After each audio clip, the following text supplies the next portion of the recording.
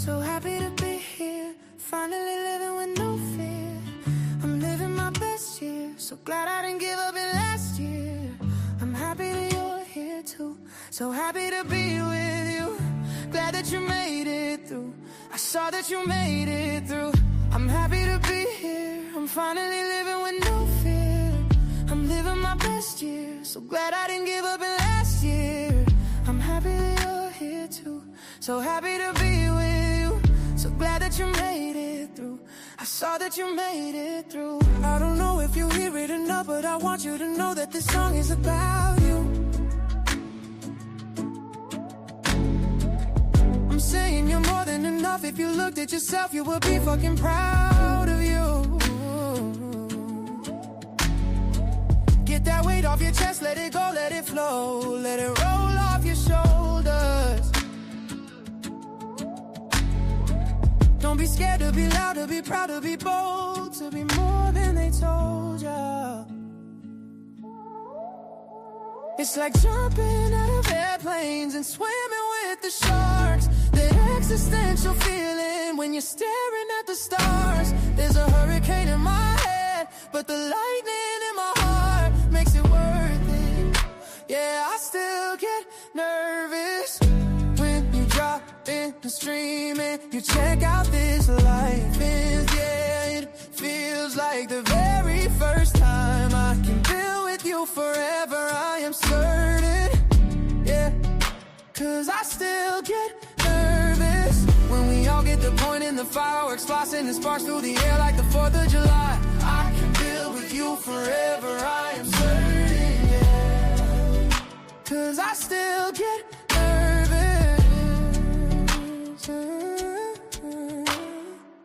So happy to be here, finally living with no fear. I'm living my best year, so glad I didn't give up in last year. I'm happy that you're here too, so happy to be with you. Glad that you made it through, I saw that you made it through. I don't know if you hear it enough, but I want you to know that this song is about you. I'm saying you're more than enough. If you looked at yourself, you would be fucking proud of you. Get that weight off your chest, let it go, let it flow. Let it roll off your shoulders. Don't be scared to be loud, to be proud, to be bold, to be more than they told you. It's like flying in the fast lane, no headlights in the dark. That existential feeling makes you wonder who you are. There's a wild wind in my head, but the butterflies in my heart makes it worth it. Cause I still get nervous when you drop in the stream and you check out this life. And yeah, it feels like the very first time I can build with you forever. I am certain, yeah. Cause I still get nervous when we all get the point in the fireworks, flashing and sparks through the air like the 4th of July. I can build with you forever, I am certain, yeah. Cause I still get nervous. Ooh. Hey. Cause I still get nervous. Hey. Cause I still get nervous. Cause I still get nervous. Cause I still Welcome in, everybody, on this beautiful Wednesday.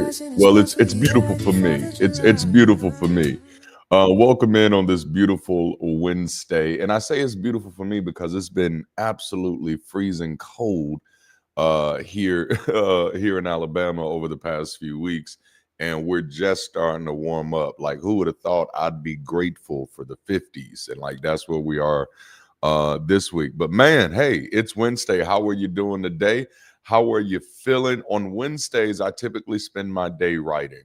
So I'm writing my scripts for the week, my Monday through Friday content, and typically creating my outlines that are going to be for my Sunday content. And then I'll come and spend my Saturdays on building that out a little bit more. 45 in Denver, man. So yeah, that's still better than it was last week here. So I'm grateful. I'm grateful for 45. And so, but I've also just smack dab in the middle of these Wednesdays decided to start doing these kind of live conversations where I'm just kind of talking a little bit off the cuff. I do have some notes, but it's just stuff from me, right? And so in today's conversation, I'm not gonna lie, I love this thumbnail for today, but living in reality after believing in God. Because that was a real thing for me. There were 7 real questions that I had to face after faith, face after leaving the faith, after deconverting, after deconstructing. There were a lot of things about my life, and I guess that's one of the things that drives my content is that it for me my relationship with religion, the biggest regret I have from my relationship with religion is not necessarily what I believed. That's not my biggest regret. I mean, that's definitely up there. But my biggest regret is not what I believed. My biggest regret is what I didn't believe. My biggest regret is what I didn't believe about myself. My biggest regrets revolve around what I didn't believe that I could do, what I didn't even try. My biggest regrets had very little to do with religion itself. Religion was just it was kind of like I hate to use a religious reference, but it was kind of like the scales falling off the eyes. The scales fall, I'm no longer blind, but now there's this whole reality that I have to deal with. And that's where, we're in this series now for Sunday sessions called Falling in Love with Reason. And that's what I had to learn how to do over the past decade, is how to fall in love with reason, how to reorient myself with reason. And honestly, I don't know if you can tell, but it's worked out fairly well for me. When I deconverted, I was over 580 pounds, man. Like, ooh. And like, it wasn't like I stopped believing in Jesus and all of a sudden, just stop eating so much. It didn't really work that way. But because I was deconverting, because I was deconstructing, I was challenging the way I engaged life in all areas of my life, not just in what some people relegate to just the spiritual. It wasn't just about, okay, well, I had these beliefs about of how the world started, and I had these beliefs about these spiritual things, and I had these beliefs about a possible heaven or a possible hell, and I had these beliefs about Jesus maybe returning and stuff like that. But it's just like, if you, and I have to say it like I said, if you believe in bullshit, like, there really isn't a concrete line of where you stop believing in bullshit, right? So like if you again, I'm gonna use a religious reference here. A little leaven leavens the whole lump. No, if you believe a little bullshit, you probably believe a lot of bullshit. And that's probably not compartmentalized into just religion. While it likely doesn't overflow into everything you do, it maybe doesn't permeate every single thing you do, it likely doesn't just stop with religion. And that's what I've noticed is, like, man, I had a lot of superstitions about my religious beliefs, a lot of superstitions about about my relationships, a lot of superstitions about my finances, a lot of superstitions about me and just how I showed up in the world as a person. And that was the wrestle, that was the struggle, and that was the realization of realizing that, hey, dude, you spent you spent nearly 3 decades of your life not engaging the world as it is. So before we move on and just jump to the next thing, we need to unpack all the areas where, and this was what I did for me. We need to unpack all of the areas that you can identify, and it's not like, I'm going to obsess over it, but I do want to unpack all of the areas that I can identify where I've likely fallen into the same trap, where I am likely operating off of information that's not verified, or even worse, just not even operating on information at all. And so that's where I started. That's where I started at over a decade ago, is looking at my life again, even with just, you know, my nutrition, and when I say nutrition, I want to be very clear. I'm not saying that like I eat what some people would call healthy. I don't really exist in those paradigms. But nutrition in the sense of just being more mindful of how I ate, why I ate, when I ate, you know what I'm saying? And it became like, oh yeah, like dang D, because like you eating like you were praying, bruh. Like there are cause and effect things that are going on here that you're no longer attached to. So there were 7 questions that I had to face, that I had to deal with after I deconverted, after leaving the faith, that helped me kind of regulate my life. And before we jump into my questions, the questions that I had to face, I have a question for you. How do you regulate your life? How do you orient now? What frameworks do you live by, if any? How do you deal with reality now that you no longer believe? How do you live in reality now that you no longer believe in God? You know, or maybe you still believe in something that you would call a God. How do you approach your life in reality? How do you deal with it? How do you reorient it? Because for me, like you got to understand, this was a shift in the way I approached everything up until the moment I was 28. From the time I was a child, middle school is when I got saved and active. From the time I was a child, my framework for living was walk by faith. Come on now, not by sight. My framework for living was the Lord is my shepherd, I shall not want. My framework for living was lean not into thine own understanding, but in all thine ways acknowledge him. My framework was living was I decrease so he increases. So my whole approach to life, and I'm just talking about me, my whole approach to life in that paradigm was I have to listen for God's will, and sometimes that will is hidden either in the scripture, or for whatever reason this tricky motherfucker likes to use signs because he can't talk. Why does God always have to speak in sign language? Okay.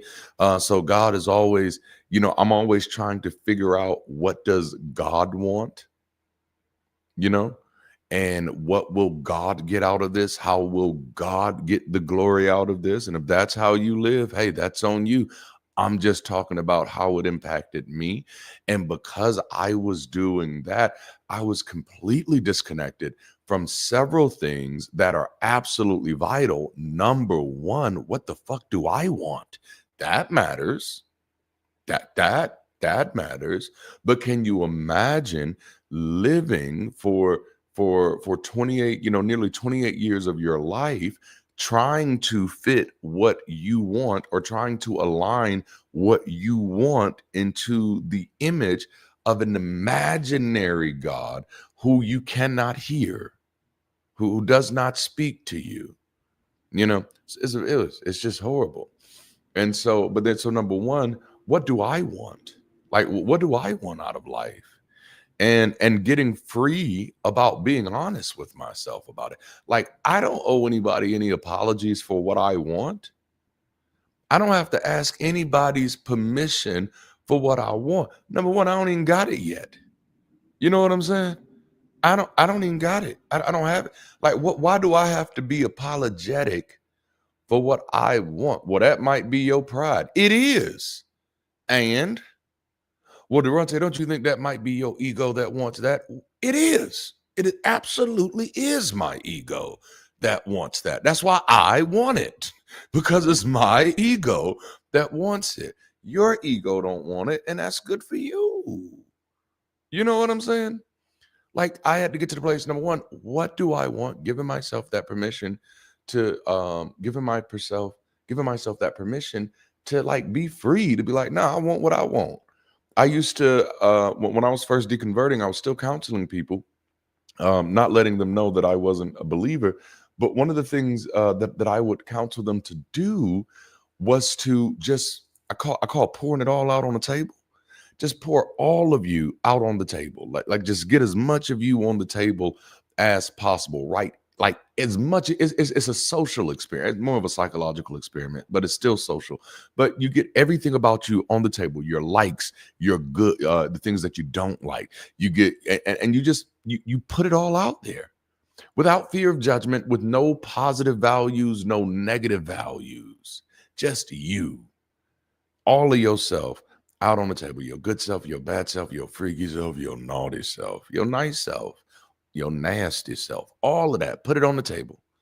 And then you determine how you feel about it without letting the other voices in your head that you've let live for too long make the decision. And man, I promise you, number one, it can be an emotionally disorienting exercise, because for everything you ask, do I like this or do I not? After you get it on the table, right? Everything you ask, you have to ask yourself, now, is that me saying I don't like that? Or is that my Auntie Sherry? Is that me saying I don't like that? Or is that my Uncle Jojo? Is that me saying that I don't like that? Or is just that every woman in my family says they don't like that? Is that just me saying that? Or is that just how all the Martin men approach it? You know what I'm saying? It's almost like doing an exorcism on yourself. You kicking everybody out, like whose voice is not yours, and making your voice central until you're oriented enough to make room for other voices. If that makes sense, you know what I'm saying? So the first is, what do I like? What do I like? But then also the second thing is, what does this do? How does this even help? What does A plus B end up being in this scenario? You know, just completely disconnected from cause and effect. So, my question to you is, how do you orient yourself now without a faith system, without a belief system, even if you consider yourself still spiritual, you just don't do traditional religion? Okay, then I'll talk to you too. How do you orient? How do you live life now without a belief system? How do you approach life? Do you find yourself just floating now? Which that's okay, because I mean, like in reality, we all just floating on this space rock, you know. So do you consider yourself just floating along right now? Or have you been able to find some bit of intention? Have you been able to reclaim some purpose? Have you been able to define meaning in your existence, your reasoning for being here? Have you found any of that? For me, I have, because one of the first questions that I wrestled with when I was deconverting was, how much of the preacher was me and how much of it was Christianity? And I was able to very quickly identify, oh, the preacher is me. That's been me ever since I got here. That's a part of my personality. You know what I'm saying? It's no different than a comedian in many ways, you know, social commentary. That's all it is at the end of the day. All right. So I'm going to give you the 7 questions that I started dealing with for myself once I deconverted. These questions were very helpful for me. Very helpful for me. Okay. And this was how I grounded myself. And I'll trace it back to me first dealing with my eating habits, right? I remember sitting in my kitchen table. We were living in Anniston, Alabama at the time. And I was sitting at my kitchen table around breakfast time. And then I said, you know, I remember asking my wife, like, hey, why do we eat? Like, not we as our family, but why do we as living things eat? And I realized, like, this was a foreign conversation in my mind. This was not a conversation that I had entertained prior to that moment. Like, it was not a conversation that I had ever placed any importance on. Why do we eat? And that put me in a very uncomfortable place with myself. Now, I'm not saying you got to do this. I'm just telling my story, right? That put me in an uncomfortable place, because then I was like, when I had to unpack that meant, okay, so I eat because I eat out of reflex. Oh, there it is. I eat out of reflex. That's what I realized about myself. Like, oh, there is no reason or rationale that is attached to my eating. And so I was like, I eat no differently than just like an animal. And I get it, we animals too, but like, no, I just eat because food there. Because I smell it, I see it, I can taste it, I can touch it. It's there. Let's eat. Why? I mean, it's here. It's here. It smells good. Why not eat it? And then I realized, like, Darante, the same way you've been engaging religion is kind of how you've been engaging your diet, your nutrition. There's no critical thinking attached to it. And why not attach some critical thinking to it? And so I asked, okay, so why do we eat? And then I realized, oh, I eat out of reflex, but like eating actually feels a biological need. You know, like there's a biological component to this. It's not just, oh, I eat food, I feel good. It's not just emotional. It's not just experience. Which, by the way, those are the two reasons I eat today. I eat for energy and I eat for experience. Oh no, that's a nice experience. No, I enjoy the experience of eating something new, or just eating something tasty. Man, you make it colorful, I'm all in there, But the answer to the question was like, no, we eat for energy. We need energy to live. We need energy to persist. So, food gives us energy. Yeah. All right. So then, what does it mean if we're eating to the point of not being able to use the energy? I'm like, what? In my community, in my culture, we call it the itis. You eat to the point where you got to unzip your pants and sit down somewhere for you hurt yourself. Type eating where as soon as you're done, like you got both hands on your back trying to support your new belly weight because you done ate so much. I was like, no, if we eat for energy, why am I eating to the point where my energy is depleted? If we eat for it, it's like, and like we can get into some poverty stuff here, right? Because for me, it was a poverty reflex. Because then I wasn't eating for energy, I was eating for hibernation. Does that make sense? I wasn't eating for energy, I was eating for hibernation. Watch this. I was eating for hard times. You know what I'm saying? Oh, I know I got to make sure I got something for later. Eating for hibernation, which is why I was walking around here looking like a big old bear. Now, listen, if you walking around here looking like a big old bear and you love it, I love it for you. Not me. Especially when I realized that it was a product of me not engaging that area of my life intentionally. Because if I had been engaging that area of my life intentionally, then I could have put a do not pass go standard on myself. This is okay. This is the furthest we can go. This is the first. Now, if you starting to get tired when you're eating, you done ate too damn much. Okay, that's how I start talking to myself. But that's just engaging reasoning. All right. So all of that came out of 7 questions. How long did it take me to get to these damn questions? 23 minutes. All of that came out of 7 questions that I started asking myself that I had to face after faith. And the first one was, is my approach to life based in evidence? And I'm going to spend a little time on these. I'm going to go through them first real quick, but I'm going to spend a little time on them. The first one was, is my approach to life based in evidence? Is my approach to life based in reason? Because a lot of things that I held to be true, a lot of things that I held to be valuable, a lot of things that I held to be of substance were anecdotal at best.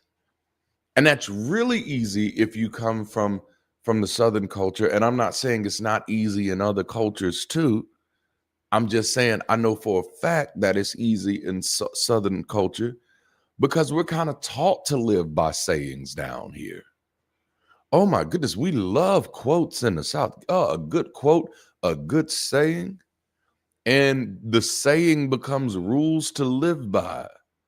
just good old country folk wisdom, you know? And so I had to look at my life and it's like, oh man, how many places am I approaching my life based off of anecdotes and not evidence? Because it's not just my religion. It can't be. I mean, it could be, but the probability of it being is not very, is actually very low. So is my approach to life based in evidence? Is my response to life based in evidence and reason? Am I skewing my perspective, negative or positive? This is what people ask me today, like, Darante, do you consider yourself an optimist or a pessimist? All right, why do I have to be one of those? Why can't I just be a realist? Like, why is there a requirement of me to be skewed in one direction of the other? As a realist, if it's a bad day, I can just say it's a bad day. I don't have to find a reason to make it a better day.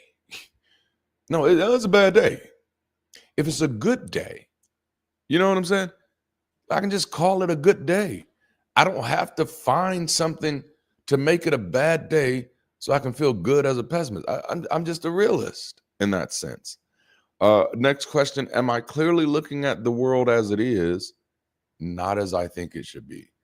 And that was one of the hardest ones for me to deal with. Like, I think that one popped up in 2017 and stayed with me. Like, I was still working on that one all the way through to 2024. Am I clearly looking at the world as it is, not as I think it should be?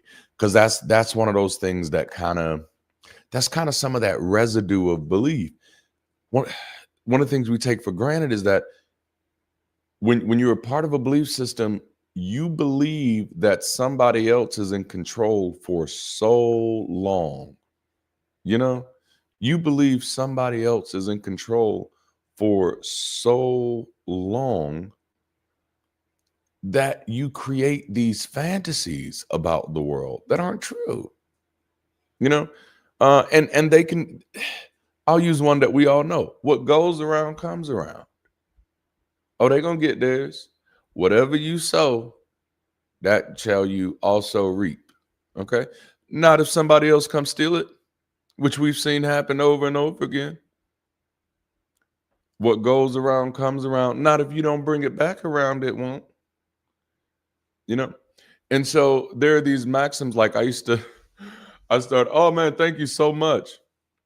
I used to start talk to people about magical words. Like, that was a thing. Like, I deconstructed magical words before actually deconstructing. I was one of those preachers like who didn't believe in curse words. Like, that was just very weird for me, especially the way we apply the way we apply it in the West, because it's like, words like shit is a cuss word in the West. It's like, oh, that's a cuss word, but shoot is not. And the definitions is absolutely the same. All we changed is the syllables. So I deconstruct, like, I don't believe in magical words. But like, I took that a step further, which means I don't believe in curse words, but I also don't believe in like magical words that just give you magical access. And like, we actually kind of I like that. Oh shoot, oh darn. I like that. Dang it. That tickled me too much, man. But the big point is looking at the world as it is, not as you think it should be. Because for me, the way I think it should be wasn't really even based in reason. It was still based in the residue of religion. I think the world should be this way because I believe there should be somebody who's in control of everybody, and that's my video that's coming out tomorrow on the channel. Holy, if you're a member, you already have access to it. If you're a Patreon, you already have access to it. But tomorrow, in tomorrow's video, we're going there because ultimately it's like one of the beliefs that you kind of have to break is this belief in this, for me, is this belief in a supreme God. And because that's the biggest residue. The residue from belief in a supreme God is somebody else is in control. It's somebody else's thing, and somebody else is going to make sure everything goes just right. And so then you end up incredibly disappointed when things don't go just right. You're upset, you're crying, you're depressed, you're anxious, and you're like, why are there so many things going wrong? And then one day I was in one of those fits, like, why is there so much wrong with the world? And it was like, dude, chill. You're actually being superstitious right now. And I was like, what? How am I being superstitious? Because you're expecting there not to be so much wrong in the world. Where did you get the reason to come to that conclusion? Whoa. Dang, you're right. I no longer have an Eden, a garden of paradise that I can say at one point humanity had it all together. And then we somehow just started getting worse and worse. I don't have that anymore. So I had to learn how to look at the world as it is, not as I think it should be, because I don't get to superimpose my supremacist ideologies on the world, which is exactly what that is. The moment that's what should is. When you say the world should operate this way, you're making a decision for 8 billion planets and everything else. 8 billion people and everything else.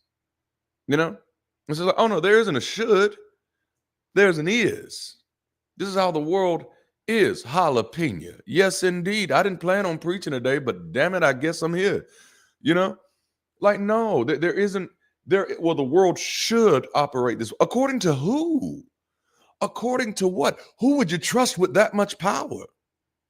Who would you trust with that much perspective to be able to determine how the entire world should operate? That is the simplicity of superstition. Superstition has made it easier for us to oversimplify complexity and call it certainty. When I just know the world, I don't know what you know. I don't know. Let me see. I get this question a lot. How do you explain ghost or demonic possessions if you don't believe in an afterlife?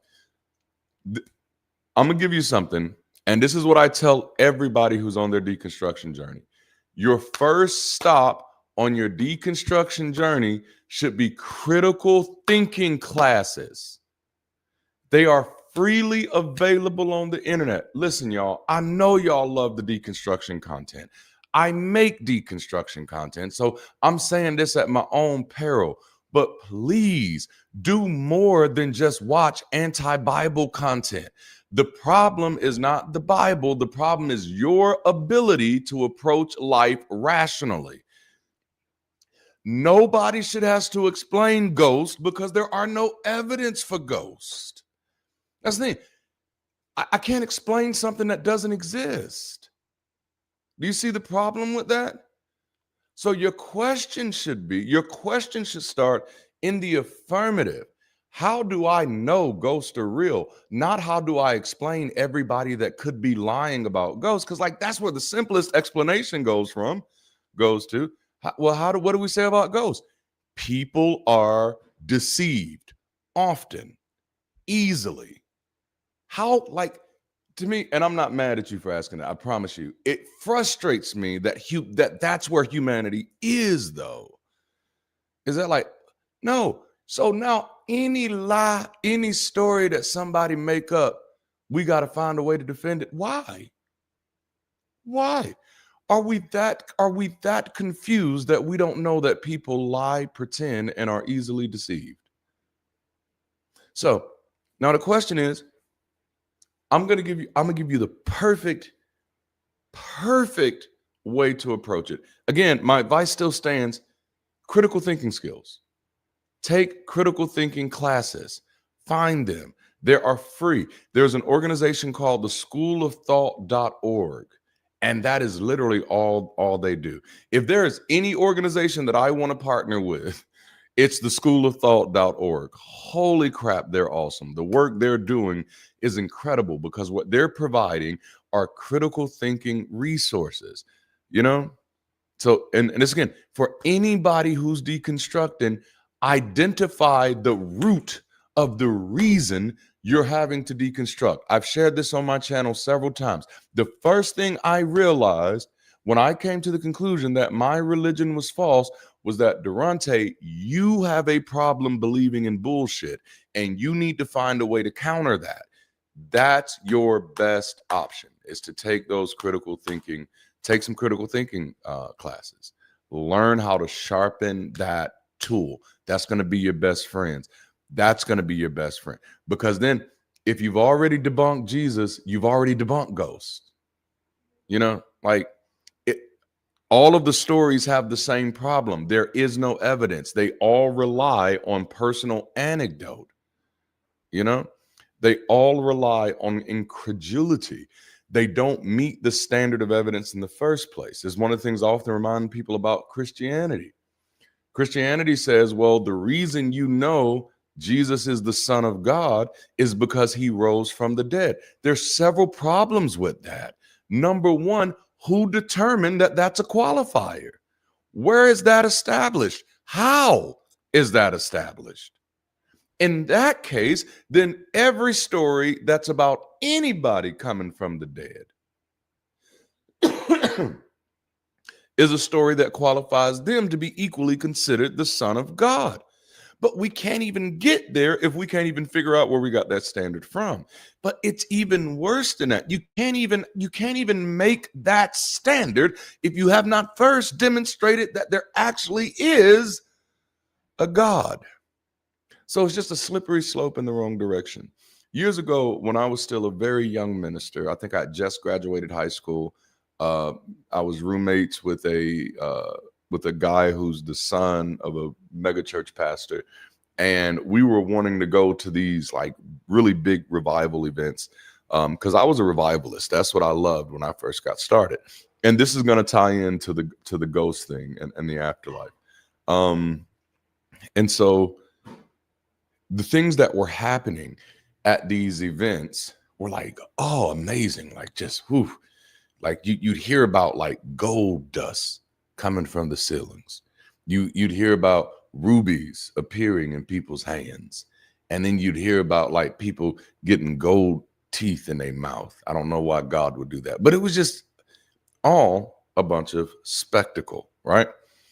And so my friend's father, he sat down with us and said, why do y'all want to go to this?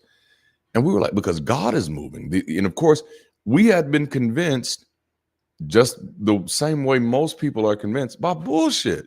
None of us had seen any of this stuff. You know what I'm saying? But other people had told the story so compellingly that we were convinced that it was happening, convinced enough to want to spend money to put in gas, to travel, to get a hotel just to be in that room so we could say we witnessed it. All right? Which means one of the things we were automatically biased to is the possibility that someone could be, number one, making it all up, or number two, making it all happen. We had already excluded those as possibilities, which shows that we had a critical thinking flaw to begin with. Nothing had ever been presented. No. So my friend's father, who is still a Christian, by the way, but he actually gave us some of the best advice. Now, my friend did not take that advice. He still stayed out there on the deep end. But that advice, his advice he gives me, the advice he gave, it made a lot of sense to me. And that was because I was still a believer at the time. He says, why would God do that? What? No, why would God just sprinkle gold dust from the sky and then there's never anything that people can do with it? Huh. Yeah. Why would God show poor people rubies and then take it away? Oh, and I never thought about things like that. And so then, Absolutely. Absolutely. Soldier Kid 444. I was gonna say absolutely brother, but I don't know if you brother, sister, so I don't want to offend nobody, even though I'm really good at it. I am really good at offending people. Yeah, but that's a whole nother story. But he said, like, why? And then what that challenged me to do from that point on, and again, even his rationale at that moment wasn't based in critical thinking. Well, I can't say that. It was based in critical inquiry. It was based in critical engagement. It wasn't based in logic, right? So even his approach wasn't based in logic, but it got me somewhere that I'd never given myself freedom to get to prior to that moment. And that was the question of utility, right? And it's ultimately the question of utility that led to my disbelief in God. And I think I've made a few videos on that. Like, I don't believe in anything like a God at all. Number one, just because I realized, oh, it has no utility. Nope. The further you strip God away from the natural world, after a while, that your idea of God is so far removed from humans that it doesn't make a difference if it lives or if it exists or doesn't exist. And that's what we see in the real world, that there's no utility of it. So, like, what would be the utility of gold dust? And so that's my thing. Like, yeah, what's the utility of ghost? Like, I always hear of ghost stories. I used to tell ghost stories. I used to tell people I had seen ghosts. That there were times I was convinced that I had had a ghostly vision. But then I started understanding how the human mind works. And I was like, oh yeah, that's, well, damn, you know? And so when people ask me questions like that, and the reason I do respond with a little huff is because I want us as a species to correct our own disingenuousness, right? So when people say, like, well, how do you explain ghosts? It ain't my obligation to explain it. If you believe it, you explain it. You see how that works? And what I mean there, and that's not a dig. What I'm saying is, what I'm encouraging people to do, and y'all have heard me say it a lot, is that no, if you're seriously interested about answering that question, then actually study the subjects that would be aligned with that question, the real ones.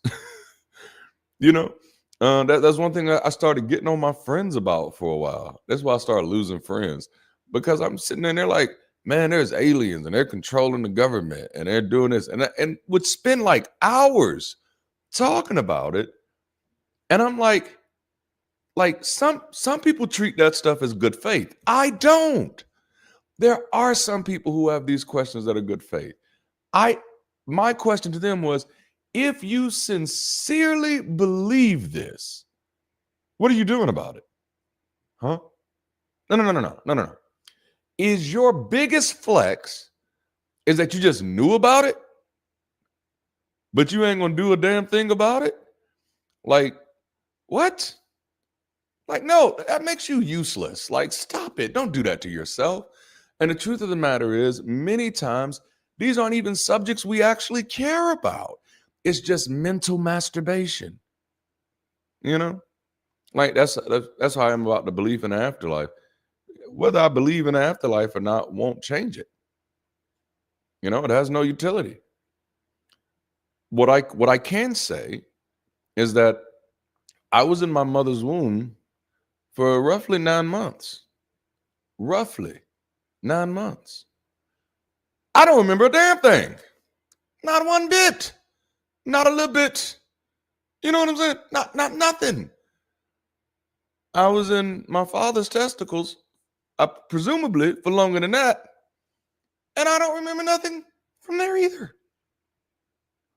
And then, wherever I was before that, I don't remember anything. So me believing in something that I can't verify is a waste of my damn time. Wasting my time. Which means, and I'm not just saying it's a waste of my time because my time is precious. Let me correct that. It's a waste of time, period. And so that's why I would get frustrated with my friends. I'm like, so you just believe in aliens? You believe aliens control the government for no reason? I was like, what do you mean by that? Well, I mean, like, you believe it, and that's fine. That's your prerogative. But you hold this belief for no reason. Not necessarily that reason didn't get you to the belief, like, because damn sure reason didn't get you there. Okay. Rabbit trails did. Okay. Reddit got you there, not reason.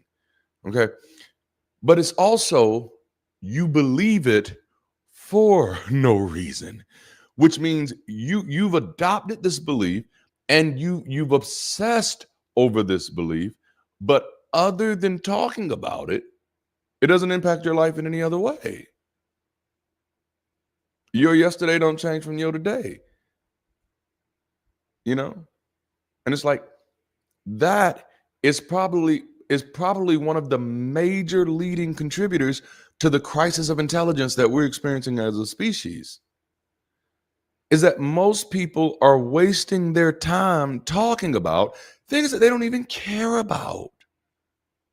It's like, no, you don't care enough about this to even do anything about it. So even if there was aliens who had taken over the White House, which I couldn't make a joke there. Even if there were aliens, let's just go ahead and agree that it ain't gonna be your job to fix it. Let's do that.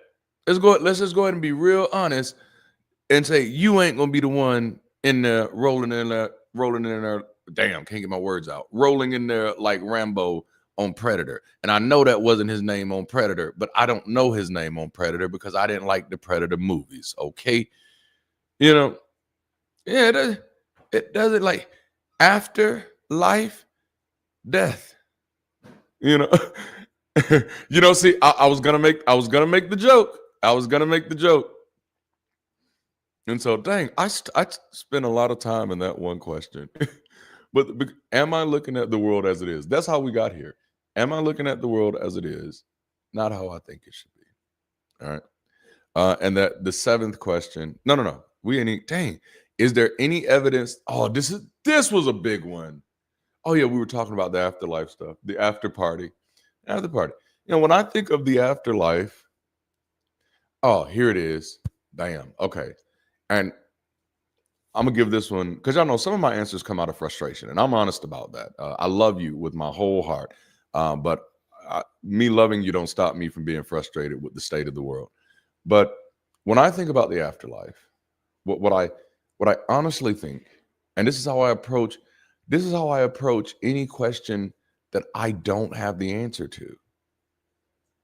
I don't pretend to. Period. And I don't pretend to have the need to. Right? See that's that residue of religion. No, I need to know that there's a heaven or a hell. Well, see, you only need to know that there's a heaven or a hell in order to believe the bullshit that the pastor is saying. All of this stuff is backwards as hell, So for me, the most honest approach is, and this is for me, when I say what my most honest approach is, that's dealing with me as an individual.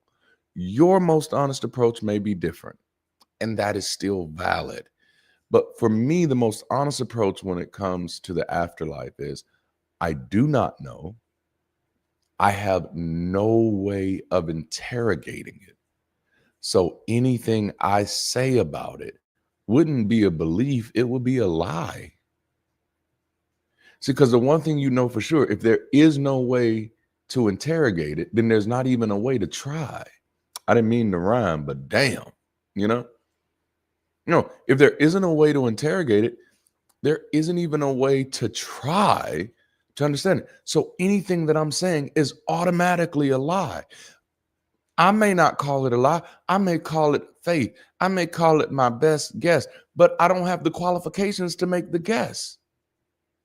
The prerequisites to be able to have a conversation about it do not exist. And that was one of the things that I came to, like, when I was a pastor. As a pastor, dealing with the issue of heaven or hell, I'm like, it's only a con artist that sells people tickets into a place that they've never been into themselves.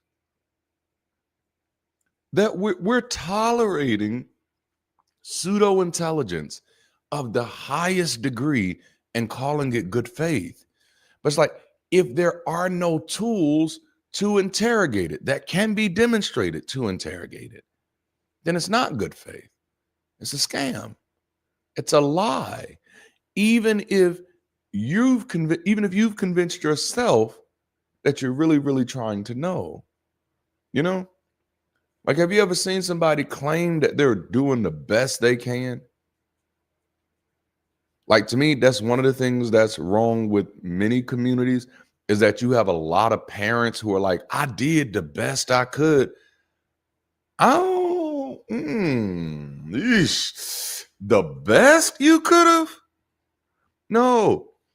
And that goes back to what I was kind of talking about earlier, is that we have so many sayings in our lives that don't have to be validated. Anytime somebody says, I did the best that I could, it's just automatically truth. Even though if we looking like, well, you know. So like, no, there's not a way to know. There's not a way to interrogate.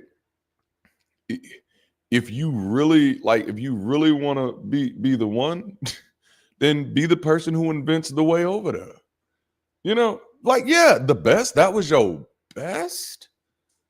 Like, and you know, like, hell, since we're there, like, to me, that's one of the things that many people, especially if you come from communities where there is generational dysfunction, sometimes the best way out of that generational dysfunction is turning backwards and realizing, hey, you didn't even try, did you?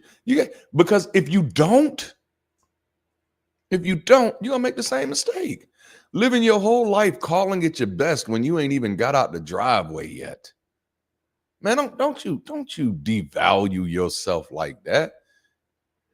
And if your best is behind you, what does that say about the rest of your life? Okay, I'm gonna stop.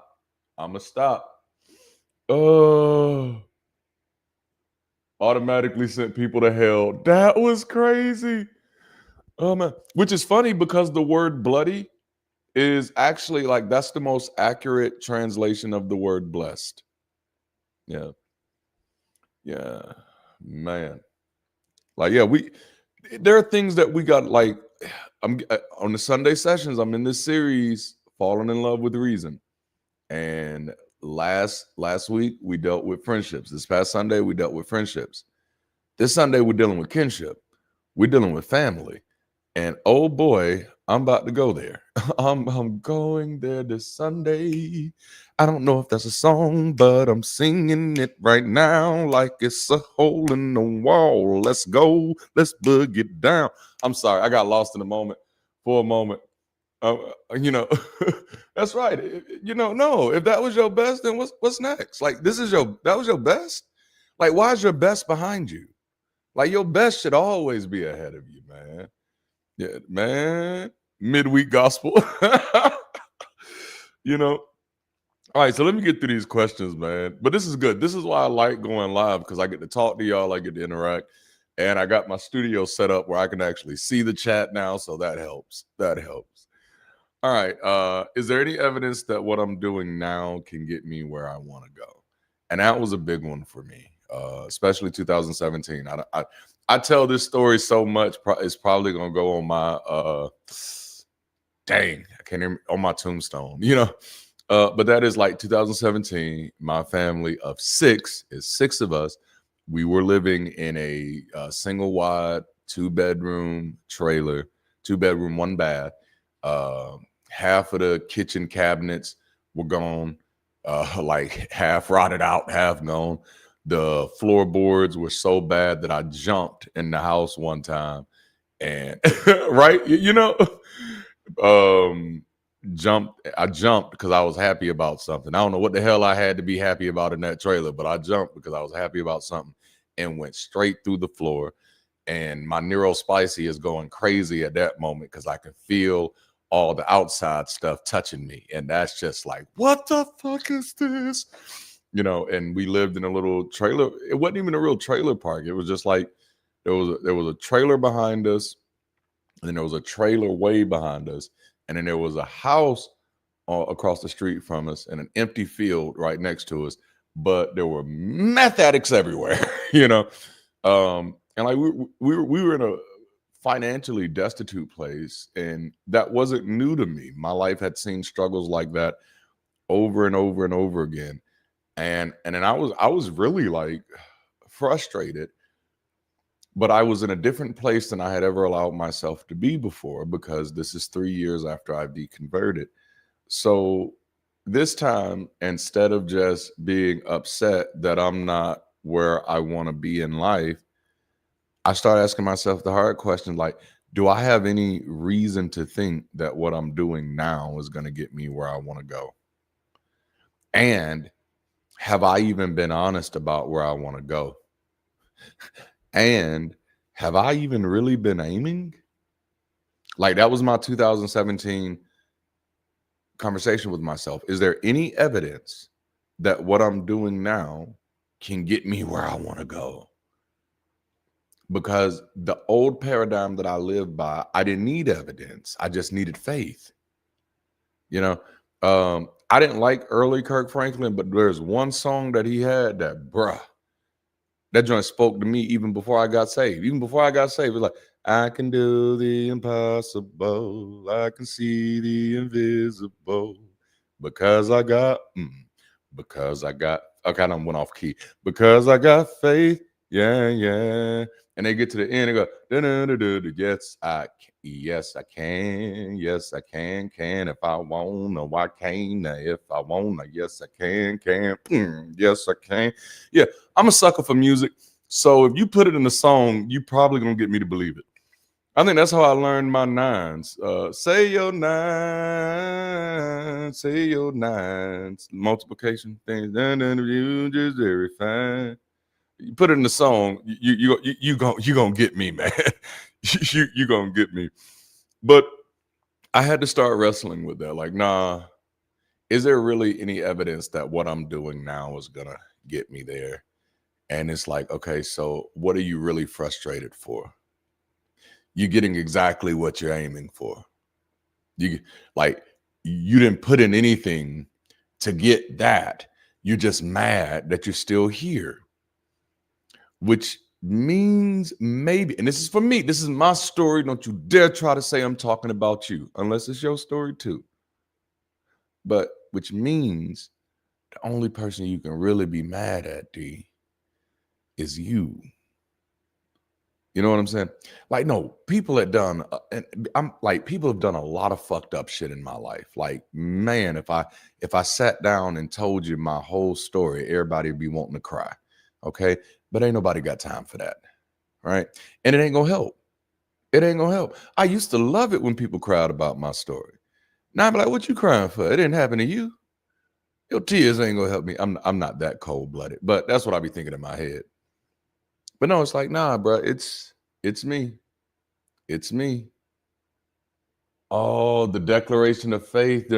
That sounds like one of them word of faith churches. Was it one of the things? I am the head and not the tail, the lender and not the borrower, above only and never beneath. No weapon shall of no. I can't even say it no more. I've been out of it for so long. Oh no, it was a synod. Okay, yeah, nope. I already know what that is. That's the least exciting version, But no, that's what I had to deal with. Like, oh, bro, like I had got good at blaming the devil. I had got good at blaming God's timing. I had gotten really good at blaming my sin and my ego, and like all of these things had gotten in the way. And that's really why I wasn't, where I wanted to be financially, why my family wasn't doing well financially. It was all of these spiritual reasons. But then once I was able to separate from the spiritual illusion, once I was able to separate from that, then it was just like, oh, D, you actually been sitting here not doing anything that's going to get you where you're trying to go. Like if you do research on 1,000 people who are currently doing what you want to be doing, none of them got there doing the bullshit you doing right now. Oh shit. That was a harsh reality. All right. Which led me to my second one. I mean, not my second one, but the next one. Am I learning things that actually help me? And this is why, like, I go so hard on questions. And this is why I don't take a lot of deconstruction questions a lot. Cause like y'all, I ain't got no chill. Like, you gotta take your deconstruction questions to Forrest Valkai. Cause he gonna be all nice and stuff.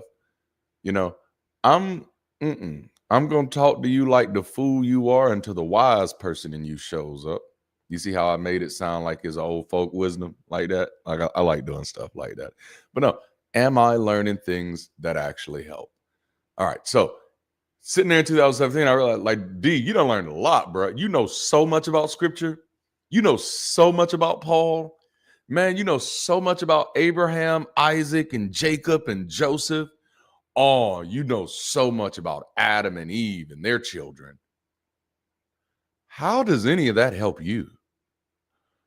Ooh, bro, you know so many songs. Dude, don't get me started on movies and television shows. I mean, how far you want to go back? Like, we can go back to the Flintstones and the Jetsons, the Hanna-Barbera era. We can go there. But I ask myself, like, no, out of all of the things, out of all of the information that you're exposed, Leap of Faith, yes. Is that the one with Ben Stiller? And I can't remember but it's like a Catholic priest and another guy. I'm kind of remembering it. I love movies. I was a latchkey kid. But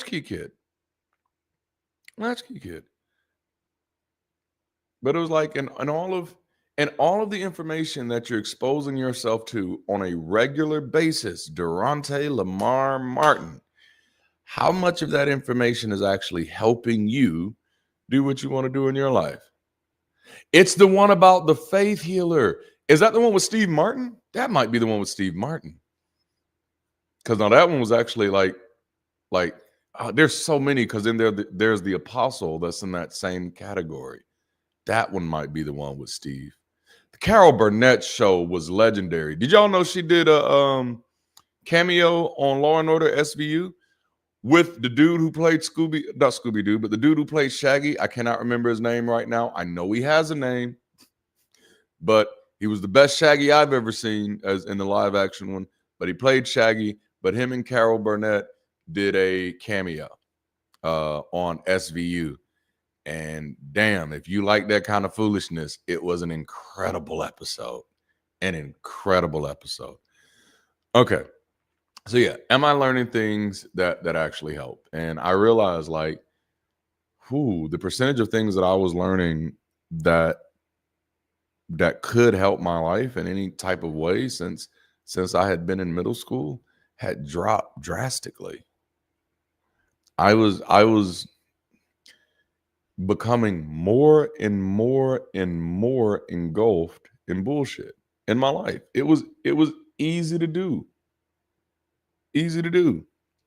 And like, I remember the moment that I realized Matt something. Yes, dude that played in Scream. Best Shaggy ever. Somebody knows what I'm talking about. But it was like, yeah, like Darante, like, and I'm not saying I've gotten to the place where, like, I don't watch anything that isn't helpful. But I do try to make sure in the diet of my life, I try to make sure that at least the majority of information that's coming in can help. And that if I'm gonna be watching something that's not necessarily helpful, I need to be able to frame that motherfucker as helpful. Now that's just me because I'm hyper productive, you know. But am I learning things that actually help?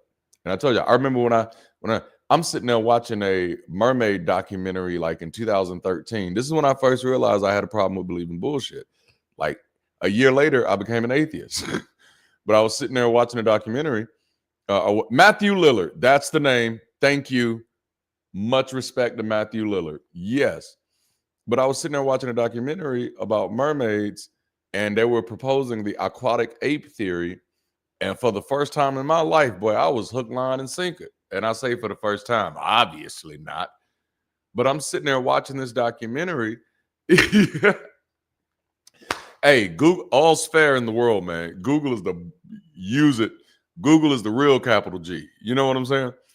But no, I'm watching it, and they proposed the aquatic ape theory. And by the end of the documentary, I am sitting there 100% convinced that everything that I just watched is the truth. Okay? That is an epistemic problem. That's a huge problem with my epistemic behavior at that moment. I just watched an hour and 30-minute documentary, and now I believe in mermaids. That's how religion had shaped me to approach the world. And I sincerely believed that they were using that. I sincerely believe that these people were telling me the truth, and that this was all this was in good faith.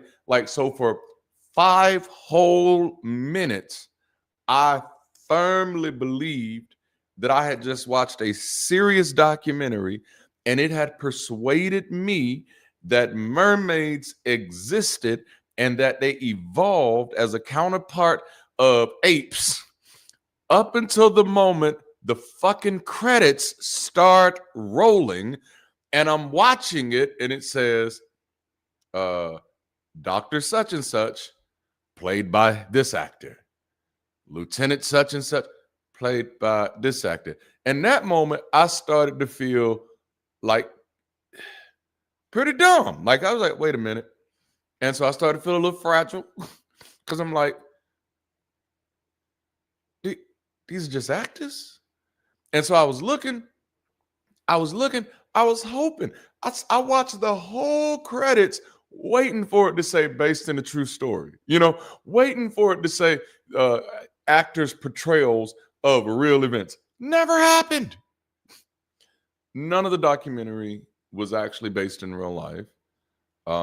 It was very easy to verify that that's not even what it was created for.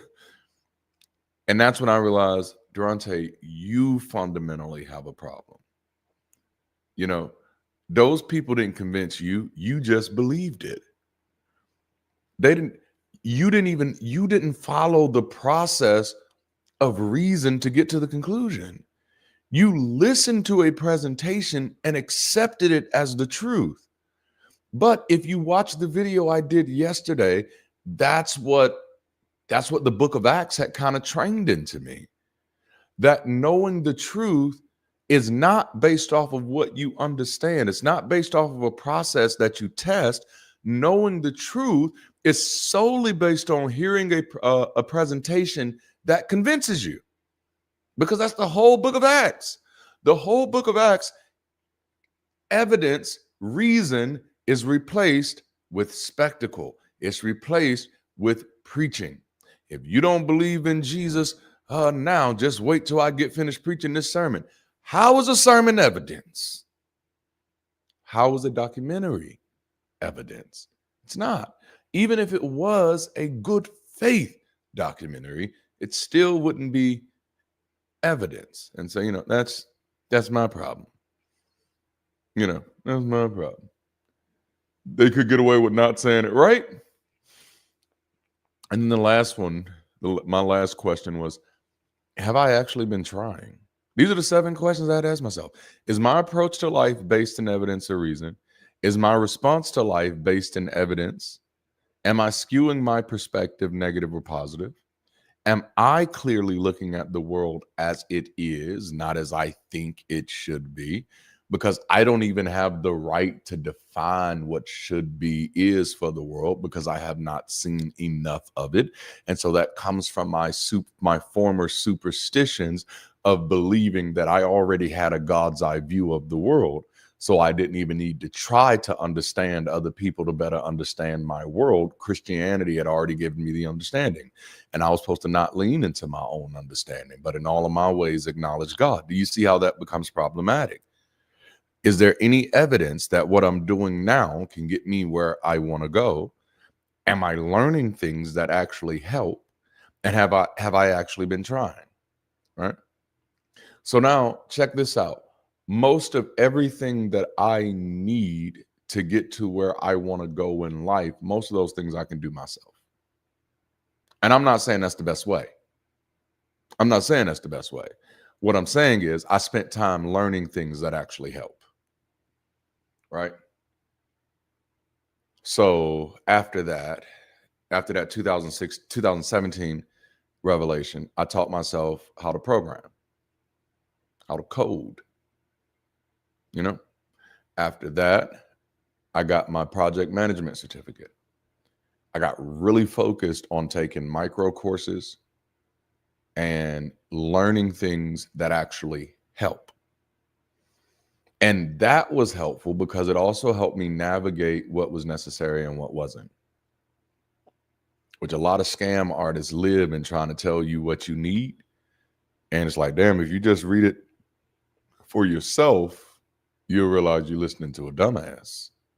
And that's what it was for me. Like, once I realized coming out of Christianity that, D, you believed a lot of bullshit. Like, the second part of that was like, that means you followed a lot of people who believed a lot of bullshit.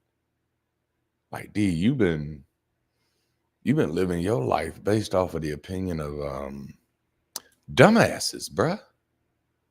And I'm like, oh no, I don't want to do that anymore. I can't do that. And the only way not to do that is to become responsible for my life. The only way not to do that is to stop outsourcing reason. I can't let anybody else give me the reason. I need to have the reason for myself. I'm preaching now. You gotta have it for yourself. And so, am I learning things that actually help? And have I actually been trying? Have I actually been trying? So, and basically what that was me building a reality-based kind of vision audit of my life, a way to keep my goals inspirational without letting them drift and get lost to magical thinking. It's like, yeah, D, because if you believed in a God, bro, you believed in magic. And so, and like, we're about to go deep for a moment. Bro, you've been believing your family is going to magically love you one day instead of just paying attention to the writing on the wall. Mm-hmm. You've been believing that people are just going to magically support you instead of paying attention to the writing on the wall. And I remember having to wrestle with that, because then I had to sit with just a depressing moment. It was like, well, wait a minute. What if nobody shows up to support me?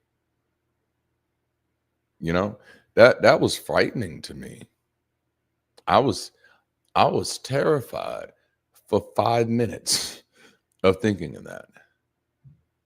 Like, what if nobody shows up to support me? What if nobody ever supports me? And then that's when the answer came through. Is supporting yourself not an option? Huh? Yeah. Is supporting yourself not an option? What you mean supporting myself? I shouldn't have to support myself. You shouldn't have to? By whose definition? By what standard? What reason in your life got you there? Like, what evidence in your life told you shouldn't have to do this? Like, this is probably something you should have started a long time ago. These are the conversations I had with myself. You know what I'm saying? I know that's right. Start a business and you will quickly find out who your family is. Sunday's talk, I'm telling you, is called Are We Related or Not? Oh, we're going to talk. That's one thing. My business, one of my definitions of family is like, if we don't do business together, we're not family. If we're not working together, we're not family. That's me. That ain't got to be nobody else's standard. That is me. But you are not my family if we're not working together. If we can't work together, how are we family? How is the standard for family lower than the standard for friendship? No, bro. No. Mm-mm. But that's me. That's me. Right? Since when are you not expected to support yourself in America? Right? Well, shoot. I was waiting, and actually many of people I know waiting for somebody else to support in order to feel like we were worthy of it. And then I finally dealt with the hard question. I finally dealt with the hard question. Darante, what if nobody ever shows up to support you? What are you going to do? Are you just going to let this be your life? Is that how you're going to let that play out? Well, no, but I can't make people support me. You're absolutely right. You can't make people support you. You're going to get that out your head. Are you being a colorist? That's hilarious. Nobody wants to help. And then when you make it, they all want to take the credit. That's for damn sure. You have no idea how many people I offered to come on this ride with me. No idea. It was like, nah, man. All right. So, and what I'm testing this is basically, am I seeing clearly? That's the thing. Like after sitting watching that mermaid thing and then catching myself believing that, and then after deconstructing and realizing that for nearly 3 decades of my life, I had been actively believing bullshit, and it had resulted in me not doing things in my own best interest. It had resulted in me living against my own best interest and calling it good. Look, God helps who helps themselves. Man. It's like that was, man. And so, am I seeing clearly became the biggest question. It's like, I don't want to go back there. I don't ever want to be in that place where I'm that easily fooled, where I'm that easily deceived. Where like, because for me, it's like, dude, you spent nearly 3 decades of your life in this. And you saw all the signs that it was bullshit and ignored it. Which means like you are really good at ignoring bullshit. It's gonna take some time. You're really good at ignoring the signs. You're really good at just driving right past those red flags like they're mile markers. You know what I'm saying? Like, bro, no, bro, this is a construction zone. You about to kill yourself up here. These ain't mile markers. The road is about to end. And so once I realized that about myself, it's like, no, it's my responsibility not to be a person who believes bullshit. That's my responsibility. If someone can tell me a lie and I believe it without verification, they are not the problem. I am. And this is ultimately what kind of became a problem with me with American education and American politics. The goal is to just have the right person in the top instead of making better people all around. You're like, we scared because if you give the wrong person the microphone, everybody gonna believe him. That is not a flex. Like at that moment, that's a national crisis. If that's a reality in our country, and it is, if it's a reality in our country that anybody with a microphone can convince anybody of anything, then we don't need to be putting all our focus on the people with the microphone. We need to be putting our focus on everybody else because we're stupid. We have to reevaluate how we approach education if this is the result of the current educational system. You see what I'm saying? Hey. And ignoring, man, I was so good at it. Oh, I was so good at it. And people would want you to believe that that is just, oh, that only affects your religion. The hell it does. It affects everything about your life. At least it did for me. It impacted how I engage relationships with other people. It led me to tolerate abuse over and over and over again because I had a spiritual obligation to submit. You know what I'm saying? Oh my goodness. Whew. Man, that's a long one. Oh, is that a song? I can't see it. I'm gonna have to switch to my other view. Hey. Oh, thank you for the super sticker. I didn't even see that, man. I love it. I love it. I appreciate that so much. Okay, why do we burn bridges instead of building them? Why do we light the matches just to watch it dim? We could heal, we could feel, but we turn away instead. Why do we burn bridges instead of building them? Oh, I am not mad at that. I love that. I love that. And I don't know if y'all know, I like neo soul. I like all music, really. I like neo soul. I like country. I wrote my first country song like when I was in, I think it was right after I graduated high school. And I remember I found myself sleeping outside in the back of my Ford Escort, lost everything, and I got my ride. And I was just going off. But I love music. Anyway, anyway, I wanted to stop to read that because I like stuff like that. But yeah, so like, am I seeing clearly? That's the big point here. That's where these questions come from. Am I seeing clearly? And am I acting in ways that actually work? You know, was that the rock version? I think that was the hard rock version of Friend Again. And that will be available on Spotify and all streaming platforms very, very soon. Bridge City Music is doing great things. I mean, it's really just me right now, but yeah, I'm doing all the writing anyway. But you'll see. You'll see. And the reason I'm doing it this way, and it's just for anybody who got any questions, the reason I'm doing it this way, because like we're a global community. We have people literally everywhere. We're not able to be in the rooms with each other yet. We're not able to like, and there are apps that we can do some things, and so that's coming. And we don't have people to take the charge of our music initiatives yet.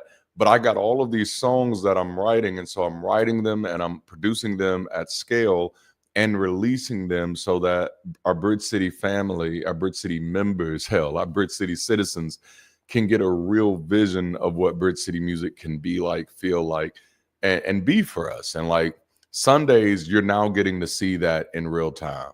You're now getting to see that in real time. And I love it. Like this is, you know, if there's anything that I miss about being active as a pastor was how active I got to be in the music world. You know, like that was amazing. And when I say music world, I'm not talking about being at the Grammys and stuff like that. I'm talking about being with musicians and singers and performers and dancers and poets. And man, like it's amazing. Like I want that back. I love that. And so that's why I never stopped writing music. So I'm still writing. And now I'm just taking all of the things that I wrote and putting them out there, you know, again, which kind of takes us right back in here. I'm doing things that actually work.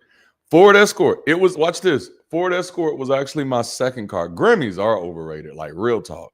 Ford Escort was my second car. My first car was a Ford Mustang. It was going to be a Geo Metro. It was going to be a Geo Metro. You know what I'm saying? And that didn't work out right. And then I got a Ford Mustang, but I only had it for like 3 weeks because it was a stick shift. My first 3 cars. Actually, I did have the Geo Metro for a week. I just had to take it back. My first 3 cars were all stick shift. And my second one was a Ford Mustang. And before you be like, oh man, he had a Mustang. It was a hatchback. It was from the 80s, the worst year for Mustangs. It was an 80s. I think they got better like at 88, but no. Actually, I think mine was an 88, but it was ugly. It was a hatch. It was something in the 80s. And it was a hatchback.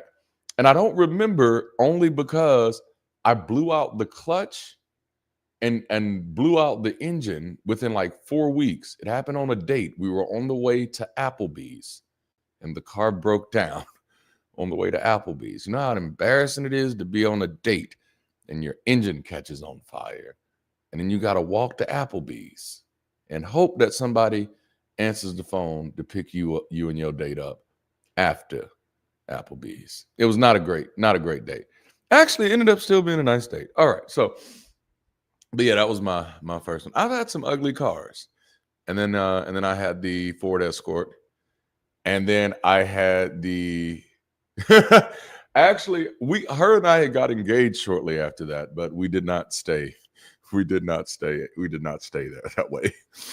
I had a Chevy Previa. I don't know if y'all have ever seen those, but they look like a van straight out of the Jetsons. It is so weird.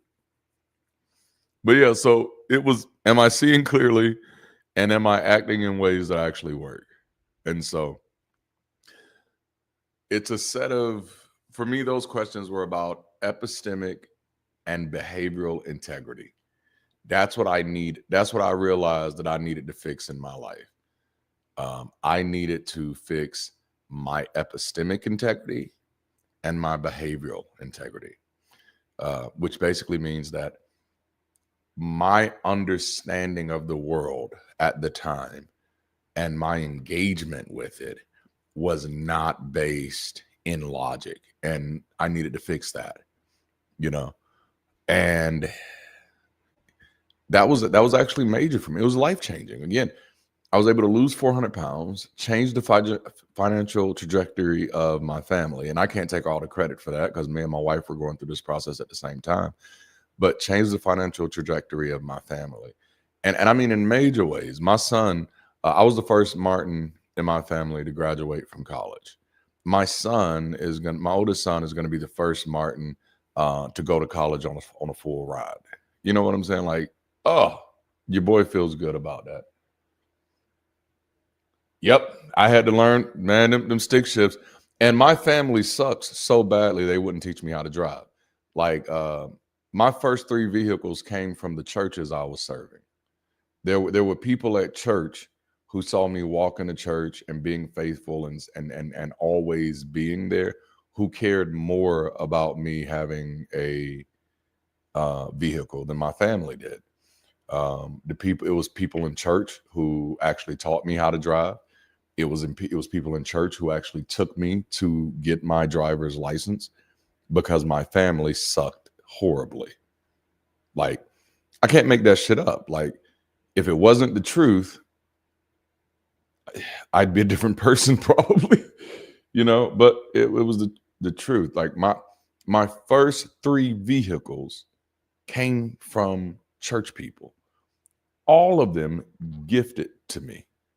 Every single one of them. I know I would have been a scrub, right? Gifted to me. Every single one of them. Free.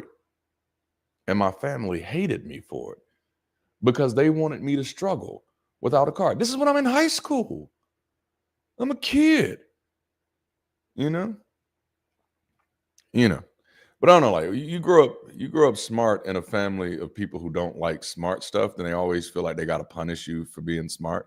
So anytime, see, look at that, he got book smarts, but he ain't got no street smarts. Hell, okay, I'm not gonna say that. Otherwise, I'm not gonna turn this live into me venting about my family. I am not gonna do that. But y'all almost got me there. You're right. The struggle is real, bruh. Oh man. But now my church families, man, they taught me how to drive, you know.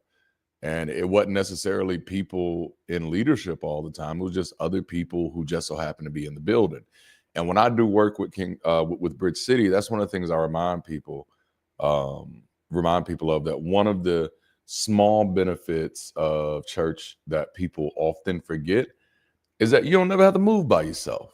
You know what I'm saying? Like, as long as I was a pastor, nobody in my church, they didn't have to be a member.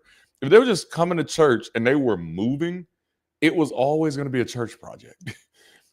You know, we all call a few people in and just say, hey, let's all go and let's do some, let's help them move their stuff. That's fun. Like that's actually a nice benefit to have. That is a flex. Okay. Uh, Thank you. I'm doing incredibly well. I hope you're doing well as well. Well as well. Does that work? Does that work? Oh yeah, I get it. Where the church was more his family than his biological family. That's one of the reasons I identify with Jesus so much. Um, I identify with Jesus and Paul more closely than Jesus, Paul, and David more closely than any other characters in the Bible, because the one thing that they all kind of shared in common is that they were really kind of mistreated, or at least portrayed as mistreated by their families. Paul, not so much family, but you know what I'm saying. Absolutely glad you made it in, Wayne. But Jesus would say stuff like, "Who is my mother and father but those that do the will of my father?" Or, "Who is my mother and brothers but those that do the will of my father?" And like, I had dealt with so much family dysfunction and trauma that by the time I got fully saved and fully committed, it became extremely natural for me to lean more into my church family for my biological than my biological family, because my biological family had never felt natural for me. Number one, it never felt mutual. It always felt like a one-sided relationship, which they and and to be clear, I'm not blaming them. I'm saying that's what it was. There's a lot of things that go into it that make it can't be oversimplified. They are who they are for a reason. You know what I'm saying? But I don't have to live with it just because there's a reason for it. I don't have to tolerate it just because there's a reason for it. I can determine that, hey, the way my wiring works, that's not healthy for me to be a part of. I'm like Fantasia Barrino. If you don't want me, then don't talk to me. I get really confused when people want to be in my space who don't like me. Like, how you don't like me, but you want to be in my space. How you disapprove of everything that I do, but you're constantly in my face. Mm-mm. Backstabbers, smile in your face, always trying to take your place. Get out of here. I don't do that. I'm one of those people. I'm like, no, use your autonomy and get the fuck away. Exactly. And if y'all know, I'm hypersensitive about that type of behavior. Like, I don't like that. I don't like that. And that's what I felt like. I felt like my family has been trolling me my whole life. And I was like, no, we're not going to do this. We're not going to pretend anymore. If you don't like me, don't pretend to like me. I'm not going to hold that as a requirement against you. I'm not going to, that's not, you don't have to like me just because I was born into the family that you were born into. Get the fuck on, fuck off. We're good, you know? And I can say that in all love and still see you on the street, hug your neck, and just be like, "What's up, cuzzo?" And just keep walking, you know? Do all of that. We don't have to torture each other. But a lot of that came out of kind of like getting to this place of saying, like, I'm no longer going to live in a way that's not productive for me anymore. So I'm really good at telling people to fuck off. And remember, I've been telling y'all that about me since day one. I've told y'all, don't put me on your pedestal. I will kick that motherfucker down. I don't want to be on your pedestal. Nobody gets to put me anywhere I don't want to be. Period. Well, just Darante, I just thought you was this type of person. What the fuck your thoughts got to do with me? So that sounds like a personal problem. And I mean that in love. I do. But it comes from these type of questions, you know? I can break these up into different categories. It's evidence over anecdote, evidence over folk tales, evidence over superstition. Do I have any evidence that this relationship is beneficial for either of us? And if I don't feel any reason to hold on to it. Because it's not like not being in relationship with you is sending you to hell. It's not like not being in relationship with you is kicking you off the earth. So I don't owe you relationship with me. Oh man, I don't owe you that. Yeah, exactly. If you don't like me, that's a you problem. I love me. Oh my, I have so much fun with me. And I just snatch my thing out. That's how much fun I got. I be having so much fun. I'll just snatch my thing out at any given moment. I couldn't help it. The joke came, it passed, but I had to make it do what it do. Anyway, no, I have fun with myself. Snatch that thing out. See, I can't stop it because now it's been said, and now my neurospicy is just going to be replaying it in my head. Dang it! I didn't mean to rhyme, but I did. All right, so man, yes. A friend always pushing his political views in our conversations was a deal breaker of a nearly 20-year-old friendship. That's right. I am not about to be your project. I ain't signing up to be nobody's project. You're not about to be in a relationship with me trying to change who I've chosen to be to who you'd prefer me to be. I don't exist for your preferences. This ain't House Hunters. You can't just come in my life and talk about you don't like the color of my kitchen. Fuck you. This ain't your kitchen. But no, I really think they should have painted this blue. Bitch, you wasn't here. Sorry. Not sorry. No. Mm-mm. Like, and honestly, I am so resistant against that type of behavior because like I had to get on myself about that. Like one of the things that I did as a pastor is like the people who used to be on my staff that are still in my life. There's not a lot, but there's a few that hang on that are still in my life. People used to be on my staff when I was their pastor. Like I've talked to them and told them, like, you know what? I apologize for thinking I had a right to exercise so much control over your life. And like it wasn't even like physical control. But it was, well, in a sense, it still was physical control because, like, if I found out you were sinning, you know, I can be like, hey, you can't do this Sunday because you sinned. Like, number one, your sins ain't none of my goddamn business, bruh. Like, for real, unless you out there harming somebody, and even then, it ain't my obligation to do something about it. I got to call the right authorities to let them handle that. You know, I mess up the whole system. But no, I called them and I let them know like that was me crossing the line. Now my religion gave me permission to do it, but that don't make it right. Like I held so much authority in other people's lives that it wasn't just unhealthy for them, it was unhealthy for me too. You know what I'm saying? Like no, that was too much pressure for me. Thinking because you know that's the trick in Christianity that if I don't guide you and I don't tell you what to do, then your blood is on my hands. And I'm like, but ain't no blood, bruh. He just fucking somebody. That's not blood. And I damn sure don't want that on my hands. Hello. Man. Bullied by them. They go out of their way just to rub them. Yeah, man. Good people don't need a good book to be good people. They don't. You know? I've been saying you know a lot. All right, so let me wrap this up. I've been here an hour and 38 minutes, and Wednesdays are the days that I write, so I do got to get back to writing. But I've been enjoying this conversation so much, so I'm going to make sure I do finish it out.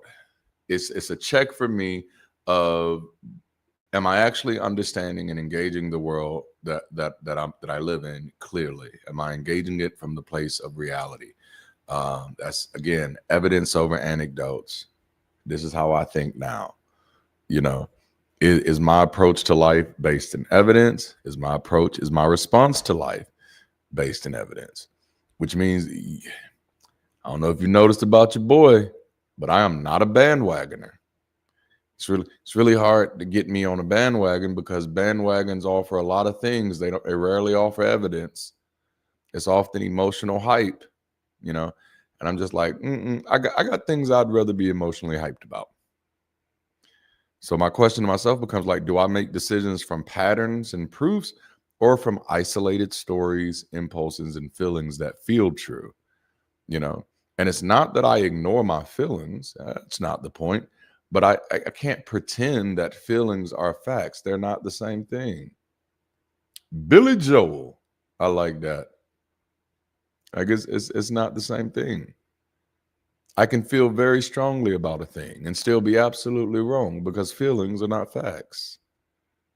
You know, I'm constantly trying to do a perspective calibration, which is how I interpret the world, asking myself, am I skewing this negative or positive? Am I clearly looking at the world as it is and not as I think it should be? This is what keeps me out of fandom. It keeps me out of fanaticism. It keeps me from being radicalized. Because these are checks that I've put in my life, you know. Again, I think I gave this illustration last Wednesday because it was a real moment for me. I'm watching television and I'm going off on two celebrities' lives based off of what I've seen about them on television. And I'm like, Darante, this television has fooled you into thinking you actually know these people. And not only that you know them well enough to have a right to have an opinion on their lives and what they should be doing. And here's the kicker, they never gonna hear any of this. You are literally wasting your time gossiping to yourself. That is not a flex, bro. Like that's how I talk to me. You know? I'm like, you've convinced yourself that you know stuff that you don't know. And it's like, and to be honest, it's stuff that you wouldn't even try to know if you had access to know. Like if someone just dropped $100 million on you right now, would you want to go hire a private eye to follow T.I. and Tiny so you can know whether they're compatible for each other? How would that make your life better? All right, that's when I was doing the hard work on me. It's like, bruh, this might be one of the reasons you broke. You wasting your time on bullshit, homie. Like out of all of the things you could be doing with your time, you watching this show and being mad about people you don't know. And you the one chosen to watch it. These are not things smart people do, my brother. That's how I talk to myself. You know? Started getting very clear. Am I being distorted right now? And again, whether that's on the pessimistic side or optimistic side, everything is terrible. Are you sure? Everything? It all works out somehow. All the time? I don't know about that. And I don't need it to, you know? I only needed it to work out all the time when I felt like I was being judged based off of the parameters of whether it worked or not. When I lived in in the world, in the paradigm where if it worked, that means God wanted it, that's when it mattered. That's when I needed it to always work. To me, that is no longer a need, nor is it an expectation, because the root of that need is superstition. I have no evidence, no reason to believe that anything should always work. So I have an expectation that sometimes things won't work. I don't need them to always work anymore. I don't feel like that makes me a negative person. You know? The goal here is clear-eyed realism, hope with accuracy, you know? And then there's the trajectory questions, which is there any evidence that what I'm doing right now can get me where I'm trying to go? So anytime I'm upset with where I am in life, as opposed to where I want to be, and mind you, according to me, now you do you, but me, I am the largest influence on where I am and where I want to be. I get to choose where I want to be, and it's my choices largely that have led me to where I am within my spectrum of control and influence. Right? So then it's if I'm in a place in life and I'm like, I don't want to be here, I no longer have the expectation of poof, overnight, something's going to happen and I'm not going to be here anymore. If I'm in a place in life and I'm saying, nope, I'm disappointed with this, I don't like this, tacos, I like that. I don't, I don't like this. I don't want to be a part of this. I don't want my life to be stuck right here. Then for me, there's nobody else that I know of who has a greater impact on doing something about that than me. Sure, can people come along and support? Absolutely. Sure, can someone come along and open a door that I'm just like, what? That door? You gonna open that one for real? Sure. But by far and large, I can't depend on any of those things. I love internal thoughts. Mine be going, psh, psh, man. No, my intrusive thoughts are the worst though. Like, bruh, until I found out that intrusive thoughts was actually a word, I was worried about myself. It's like, bruh, why is it that every time you drive over a bridge, you're thinking, what'll happen if I just drive right off of this motherfucker right now? And it's not even a depressive thought. It's more like an experiment. You just want to see what happened. I don't do it, but the thought is there. It's like being on a ledge, which if you're ever around me, I don't go to ledges. Like Darante, why you don't go to ledges? Because my intrusive thoughts are very compelling. I don't know if y'all have ever heard me talk before, but this dude is even more smooth. Hence Bridge City. Damn, I didn't catch it. But his voice is even more compelling in my head. And so standing on ledges is like, bro, what if you jumped and you just flew right now? Like, no, don't, that voice. I was just curious. I just wanted to see what was going to happen. That's them intrusive thoughts, right? I need to do a whole Sunday session series on intrusive thoughts because they're fun to have. I believe I can fly. And then my intrusive thoughts are not always just about like what'll happen if I do this, but it's also like what would I do if this happened? Like trying to imagine myself in certain scenarios, which I do have a lot of dreams. I do have recurring dreams lately. Probably the past 2 years, I've been having recurring dreams about driving off of something, like not on purpose, but like just driving and then the road disappears. And now in the whole dream, I'm sitting here like, all right, let me get myself together because we about to hit the water. And then I don't know if I'm going to survive, but I got to try. I'm trying to think it through. Trying not to lose his head. Hey, you already know. I mean, one time me and my friend was driving somewhere, and I said, man, what would you do if a pothole just opened up in the road right while we were driving right now? And like, that's intrusive thoughts.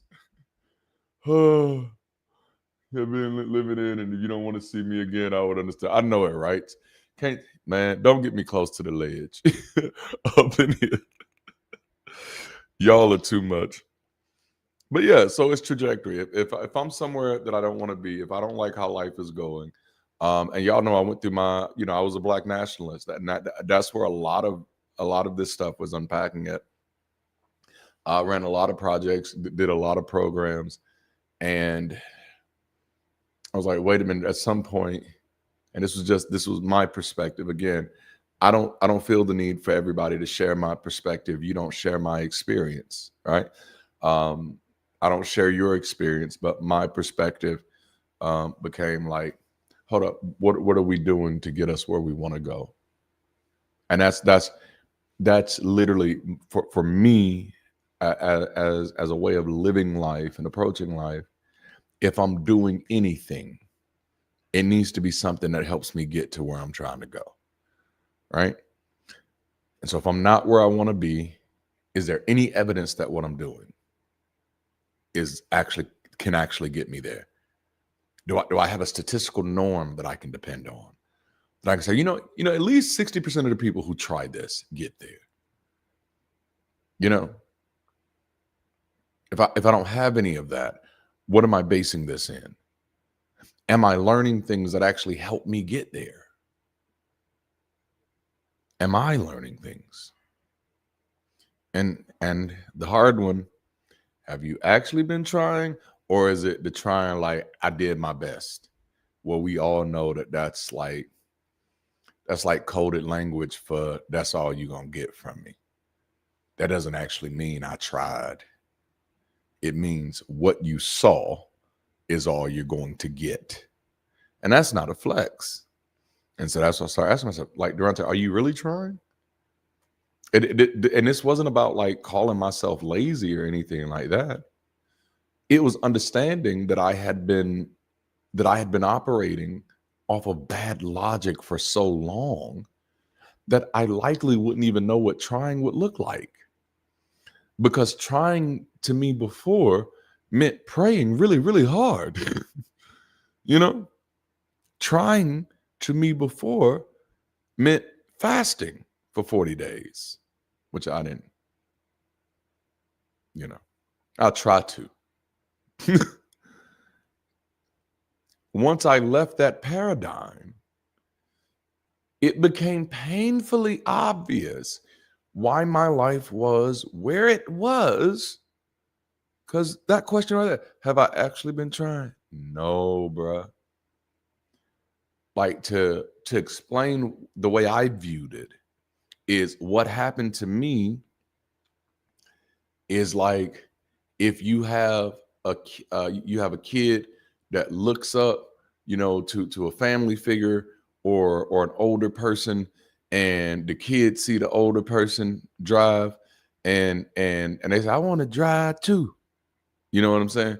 And then they say, all right, come on, I'm gonna get you over here, and they put you in your little toy thing, and they say, oh, look at that, you driving just like me. And you really ain't driving, but they just told you that, so you'd feel like you doing the same thing that they doing. That's what I felt trying was for the first 30 years of my life. The first 30 years that I thought that I was trying, I was doing the things that I had been taught to do as a child because nobody had ever come along. And I'm not trying to put the blame on them, but nobody had ever come along and said, no, you're going to need real keys and you're going to need a real car. So once I come out of that paradigm, I have to wrestle with the fact that what I was doing, no matter how much energy I put into it, it wasn't trying. And so that's that question. Have I actually been trying? Do my actions have a believable cause and effect relationship to my outcome? In most cases, even people who grew up in secular homes, I realize they have a problem with this. That there is no cause and effect accountability to their outcomes. So anything that's wrong with their life is the problem of somebody so far removed from them that you can't even do anything about it. And at that moment, it's like, why would you put your problem somewhere that you can't do nothing about it at? Like that's the most, like that's disorienting. You can't do anything with that. If somebody else is the reason your life is the way it is, then they hold the power for your life. That's not a flex.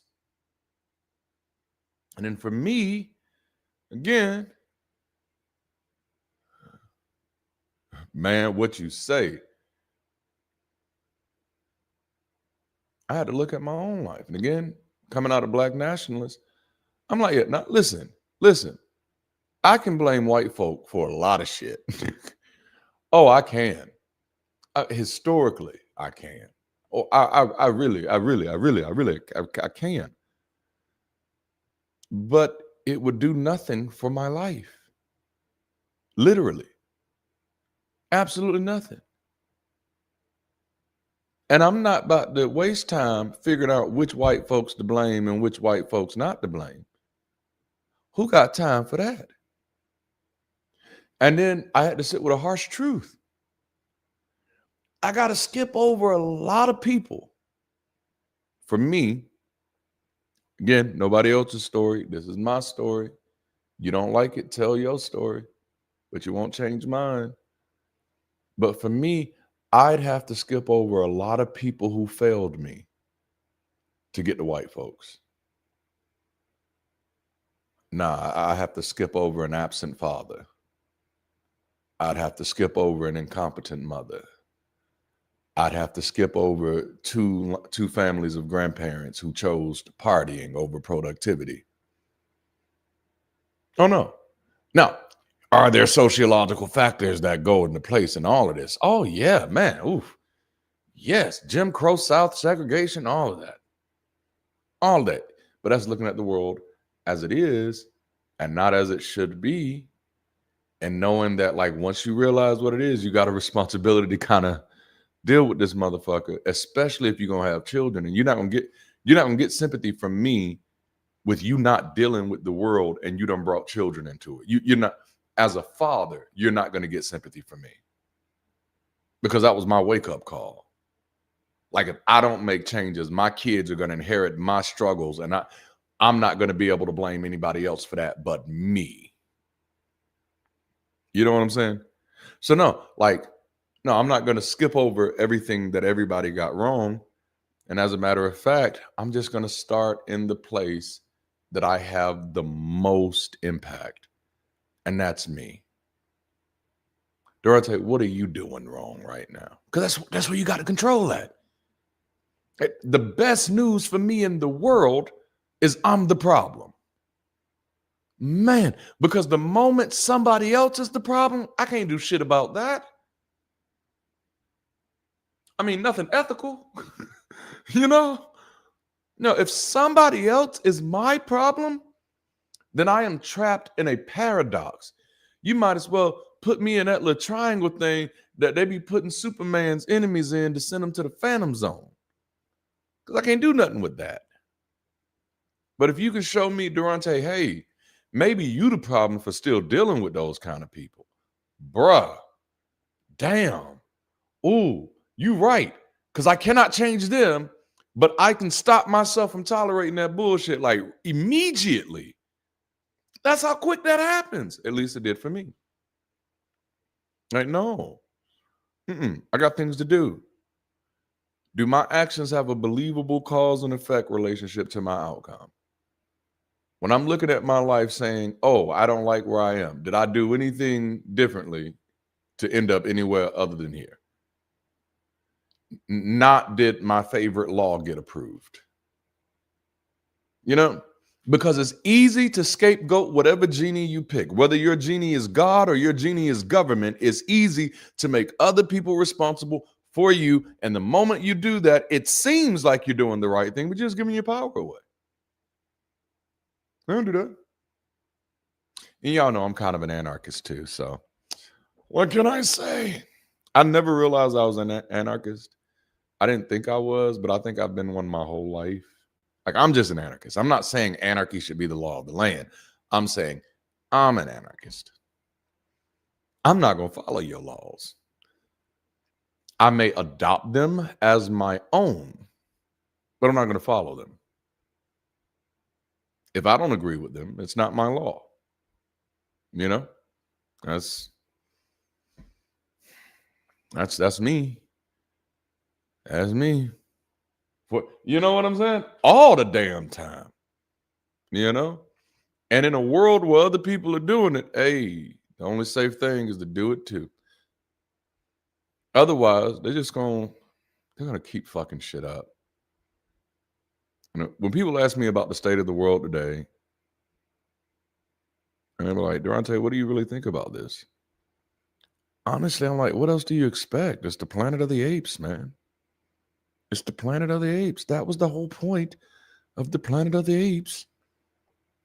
Is for us to realize and maybe even remember that we're the fucking apes. You know? I think Planet of the Apes was written, and I don't actually know why. It could have been racially motivated for all I know. But I think Planet of the Apes was written. I interpret it as a reminder to not get caught up in our own exceptionalism. You know? We think we're so much better than everything out here that we don't see our ugliness. Because that's kind of like That's the parable in the story, is that these apes are filthy, dirty animals. But the government and control that the apes are employing is no different than the structures that the humans employ. And so it is a reminder that this is indeed the planet of the apes, that this is how we treat each other. Oh, the 90s remake sucked. Oh my goodness. It really did. All right. So, dang, this has been a fun conversation. So if there's no evidence that what I'm doing, that the current path actually works, then vision is just a story. And I recalibrate. This is why I don't do what everybody else do. I do I do what I do. There's a historical record that this works in getting the outcomes that I'm interested in. And the outcomes that I'm interested in is that I want people to be fed. I want people to be housed. I want people to be able to afford medical care. And I'm not the government. I'll never be that big as one person. I'll never be that. But there are some things that I can do that can help me get in a better position, to help those that don't have it, to help those that can have it, and to help those that'll help others have it. You know? That's, if there's no current path, because those are my outcomes. I'm not looking for bad people to just stop being bad. I'm looking for good people to start being better. I don't need bad people to get better. I need good people to get better. You know? It's like expecting bad people to get better. And I want to be careful here, but I want to use this. Expecting bad people to get better is like expecting spoiled fruit to unspoil. And I'm not saying people can't change. I'm not. But what I am saying is that people that you identify as bad, regardless of how bad you see them, they don't view themselves that way. And so you seeing them that way is not motivation to change them. You know? You are 100% right. US don't like that. It's like, no, what evidence do I have that what I'm doing is getting me where I'm trying to go? And if I'm learning stuff, but I'm not applying what I'm learning, I'm either learning the wrong things or I'm procrastinating. If I'm learning stuff and I'm not applying what I'm learning, that means I am learning things that I can't apply. And I have to start asking my question, well, why are you learning stuff that you can't apply? I mean, you get to choose what you're learning. Like, you're out of school, you get to choose what you're learning. Why would you waste more time learning things that you can't apply? And again, this has caveats to it. If you're satisfied with your life and you love where your life is right now, financially, relationally, emotionally, all that good, just then you waste as much time as you want, baby. You good. Waste your time all damn day, as long as you want. But for those of you who are like, no, I don't like where I am, then you probably need to change. You need to change how you budget your time then. Stop wasting it and start investing it. Start making sure. And again, there are no guarantees. There are no promises, but there are probabilities. No one can promise you that any road is going to get you exactly where you want to go, but there are probabilities. And when I shifted my perspective from promises thinking to probabilities-based thinking, it increased the likelihood, look at there, that what I was doing would lead to some area of success. You know what I'm saying? So if I'm learning something, I need to apply it. Otherwise, it's just intellectual procrastination. And that's easy to get into. Like, none of this stuff makes you a bad person or anything. We've let go of those things. We're not religious. We're not trying to find the good people or the bad people, you know? So none of these things make you a bad person. It doesn't necessarily make you lazy. These are the paradigms that we operated out of.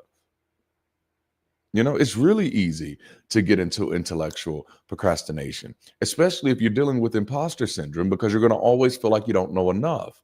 Even when you're learning stuff that can be applied, you'll get in that trap, or, oh, I haven't learned enough to operate on it yet. I haven't learned enough to act on it yet. And it's like, well, who gets to decide when it's enough? Like, anytime I find myself in one of those traps, I challenge it with a question. Okay, Darante, if you haven't learned enough to act on it, and in all good faith, let's just say you're right, you haven't learned enough to be able to apply this yet. What standard of measurement do you use to determine when you will have learned enough? And if you do not have that standard of measurement, how did you come to the conclusion that you had not learned enough when the standard didn't even exist yet? You got an epistemic problem. And I'm like, ooh, I'm glad I caught that. You're right. So now I need to figure out what is the standard measurement of knowing enough, knowing enough to apply this. And then you figure that out. It's like, okay, bam. So once I know this, I can get started. You know, that's what religion robs people of. It robs you of your ability to try. It robs you of your responsibility to try. I like that. Religion does you just like that little kid with a little Tonka truck. You got the little fake keys in it, and you making all the engine noises. See, it's working. Vroom, vroom. Y'all hear my car? Vroom, vroom. It's working. Ain't nobody better than my God. You see how my God moving? Vroom, vroom. It teaches you how to waste your time pretending instead of pursuing, so that other people can take your shit. And that's what's been happening. Other people have been taking your lunch. And some of you, you've been just giving it to them. Here, I ain't hungry. I don't need to eat. And then you wondering why you starving. You keep giving your lunch away. I'm sorry. I didn't mean to go into the motivational thing, but it is what it is. Stop giving your lunch away. Stop giving up your lunch money. You need that lunch money. You live in a capitalist system. Until you've learned how to defeat that system, you're going to need your lunch money. I'm just saying, get your lunch money now. If you haven't truly been trying, the problem isn't strategy. It's honest commitment and friction tolerance. The hidden thesis behind all of this is I'm kind of trying to live by this principle. Reality is the only partner that never lies. So build the vision with reality, not against it. You know, you don't have to work against reality. Work with it. I actually had Forrest on the channel last year, I think. He and I did a conversation on hard science versus soft science. I'm a sociologist. Forrest is something with the hard sciences. I think evolutionary biology, I think, is what he was into. And so he and I did a conversation on the channel on a Sunday. I invited him on one of my Sunday sessions. We did a conversation on the channel where we talked about how science is not just informational, but how it can also be inspirational, which as a sociologist, that's what I care about. And that's where I prefer to use the language of science, is to remind people that science isn't just for the lab, it's for life, you know.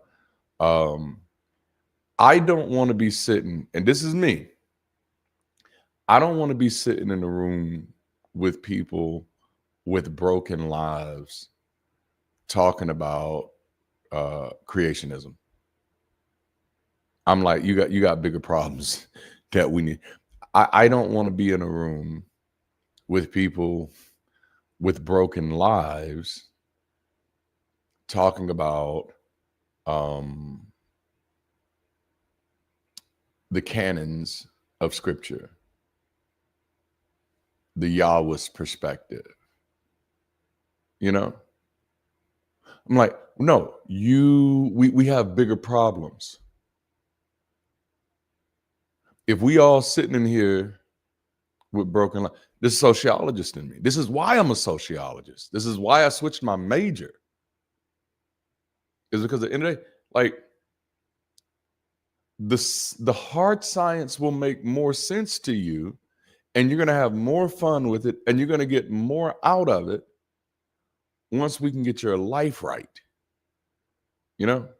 And we all sit in a room with broken lives, and we're talking about everything except for our broken lives. And that's sometimes what kind of bothers me a little bit, is that I seem like, no, I don't care about how many people know how to debunk Christians. If their lives aren't getting better, that's a really like, oh nah, we've raised up, not saying anybody's doing this, but we've raised up 500 people who can debunk Christians now with the best of information. But you can debunk Christians with the best of information, but you can't use any of that information to help your life. I think that's, like, to me, that's living out of order. Let's work on your life first and your interests and hobbies second. you know and that's where, that's, so we teamed up to have that conversation, to talk about, like, no, science isn't just for the lab, it's for your life. You can use a scientific method for your relationships. All right, so I'm ending it here. If I could sum it up in one line, the big idea is to embrace the clarity of reality. This is for anybody who's struggling with vision, how you see yourself, how you see others in your life, how you see what you want to do in your life.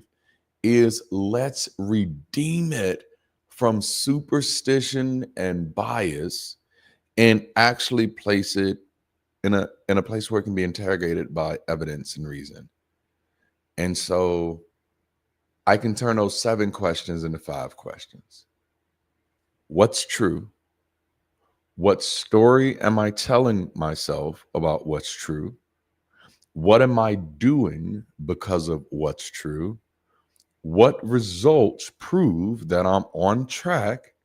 And if I'm not on track, what am I going to do about it? That's using logic, critical thinking, reasoning, and rationality for more than just dunking on other folk. That's using critical thinking and reasoning for your life, which should be the starting point. And that, my friends, not to be all parabolic, if you will, that's the biggest dunk on believers. You really want to make Christians rethink how they're living, how they're approaching the world? Live better.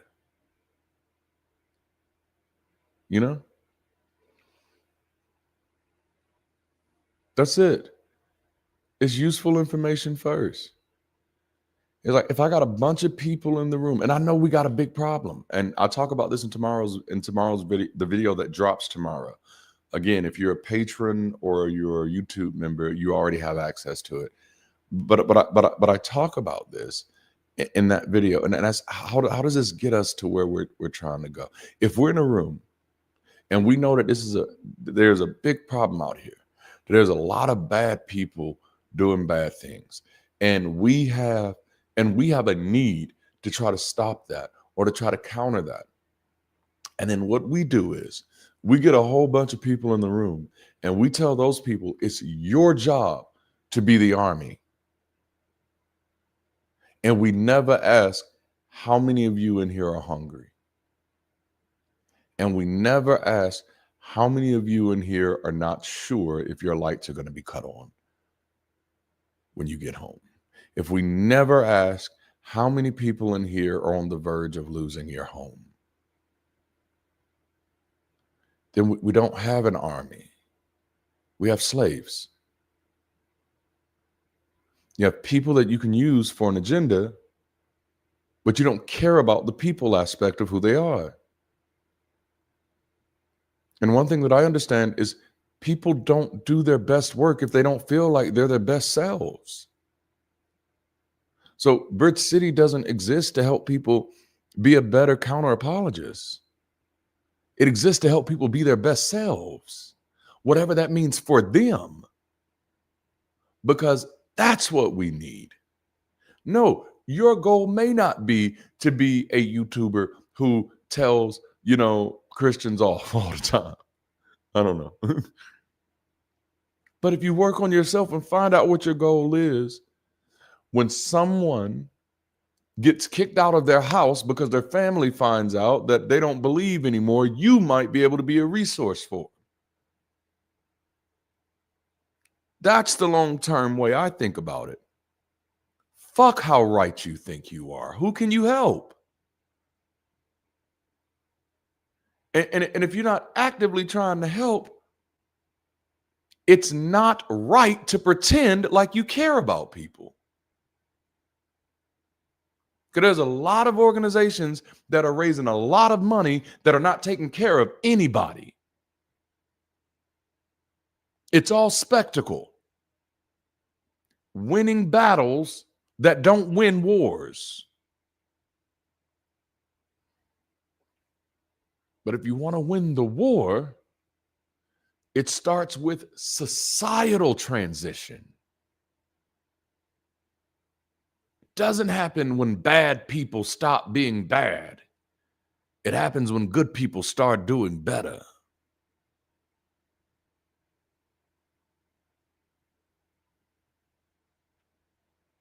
We've gotten so focused in nonviolent resistance that we haven't graduated to irrelevance. I don't want nonviolent resistant. I want to make bad irrelevant. And the only way you do that is to get in a position to provide what it tries to take away. Is to put yourself in a position to defend what it tries to break down. And when you study that from a sociological perspective, you will realize that that takes community. That takes community. That's right. Oh man, they love to wish you good luck, but can't offer any help while constantly begging for money. And then talking about the church for doing the same thing, but while the church is actually feeding people. The hypocrisy in the secular community has to be exposed, because that's why we're losing. You smarter than everybody else, but in your smarts, you ain't figured out a way to do food drives. In all of your smarts, you ain't figured out a way to be visible. And I'm not saying it's all of us, but I'm saying that's how the majority of others look at us. And that's just because, number one, we always have an excuse of why we can't get something done. Excuses are all too familiar to me. And we don't have to have them anymore. But you're absolutely right. It's the same type of superstition. And I'm like, no. If you really want to be able to counteract what's going on in the world, you have to be the counteractive force, not the reactive force. Counter. What does that system provide? Is anything over here providing that? When people fall on hard times, how do we catch them? Where's that safety net? We know that's a reality. Or do we only care when it's political? We don't care when it's personal. Don't matter to us then. Personal don't matter. Just political. And I'm like, no, ain't no excuse. We can do better. And I share content in hopes that we will. Oh, like I hope this video, this conversation today, help some people look at their own lives and say, there's some places that I can start approaching this with more reason, with more rationality. Because if you don't, man, I'm gonna tell you one thing: you become really easy to manipulate. You become real easy for people to maneuver. All people got to do is put it on the news, and next thing you know, I know what you're going to be obsessed with for the next 6 weeks in your life.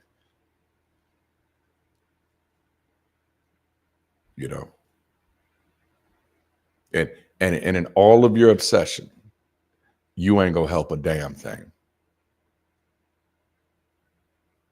And everybody know it except for you. You've convinced yourself that you're doing something when you're not.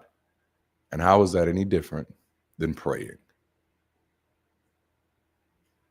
Because so many times we think religion was the problem. And I'm like, no, religion was the instrument. We were the musician. Religion was the tool. We were the craftsman. That's how that works. Religion isn't the problem. We are. Politics isn't the problem. We are. You don't fix politics until you fix us. You don't solve religion until you solve us. Which means, like, there are no shortcuts. We got to face reality head on. And when we do, we're kind of better for it. Now, I can't say for anybody else, but I can say for me that I completely turned my life around, which is often what religion claims to do. The difference is you can see the evidence. You can see the pictures of me when I was overweight.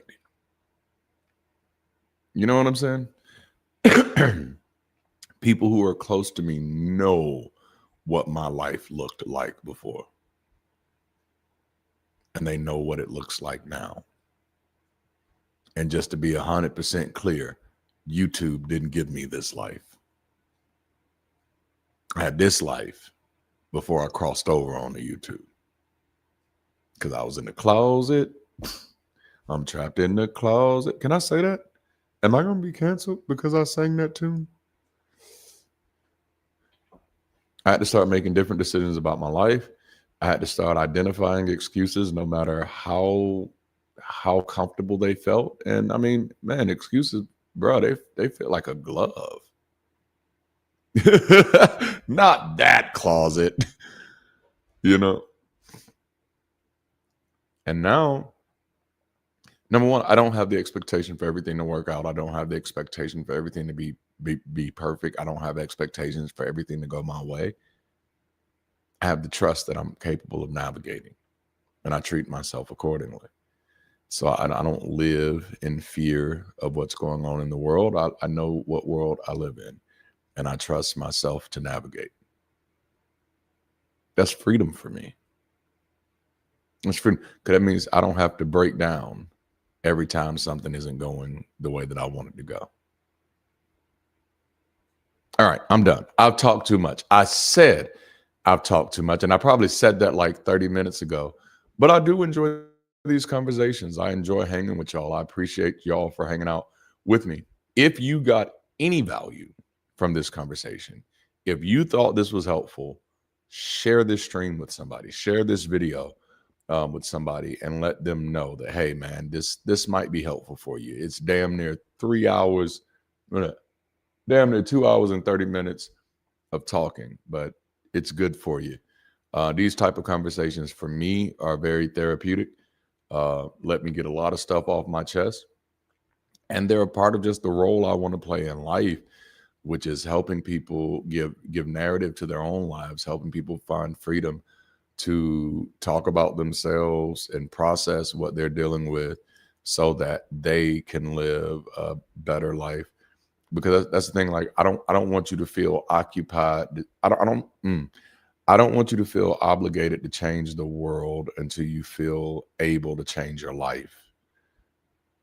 You know, damn, I'm going to say that again.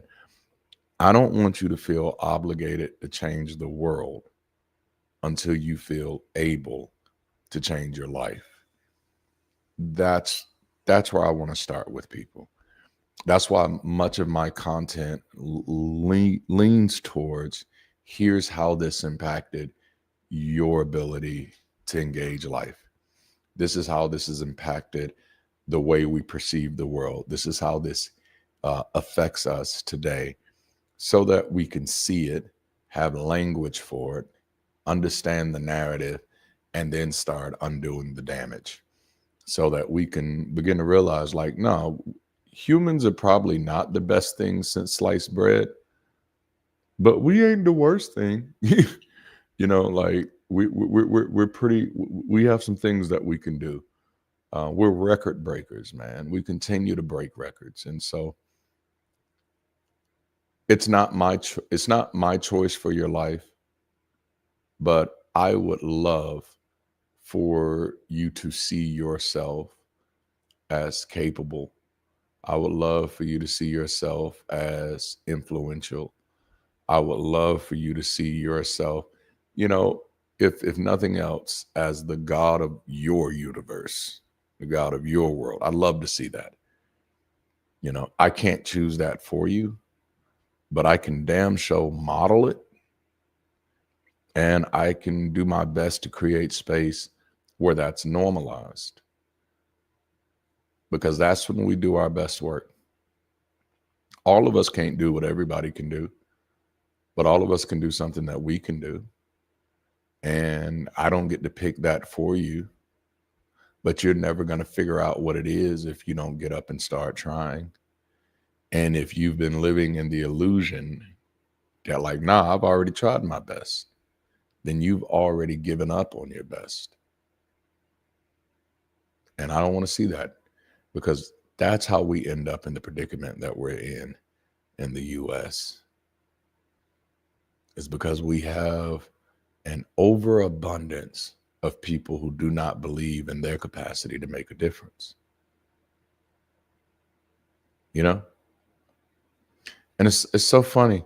They are informed on everything except for themselves. You know about everything and don't know anything about yourself. That's such a tragedy. It's a catastrophe, if you will. And it's unnecessary. So that's the work that I'm doing. Only in the lesser evil. But right, better is not good enough. That is, I've been frustrated with that since I was a child. I've been frustrated with that since I was a child, man. That lesser evil stuff. But y'all, I got to get back to writing. Otherwise, I'm going to be behind. I love y'all. Thank y'all so much for hanging out with me today. Let me get y'all some music to close out with. Oh, we're going to do Affirmation Song, because it's officially available on Spotify and Amazon Music and iTunes and Apple Music and Tidal and Pandora, because Brit City's doing big things. You know what I'm saying? But no, I'm going to play Affirmation Song. The link is actually in the description for those of you that want to support it on streaming platforms. I love y'all, man. Until next time, keep rising. I'll let you later.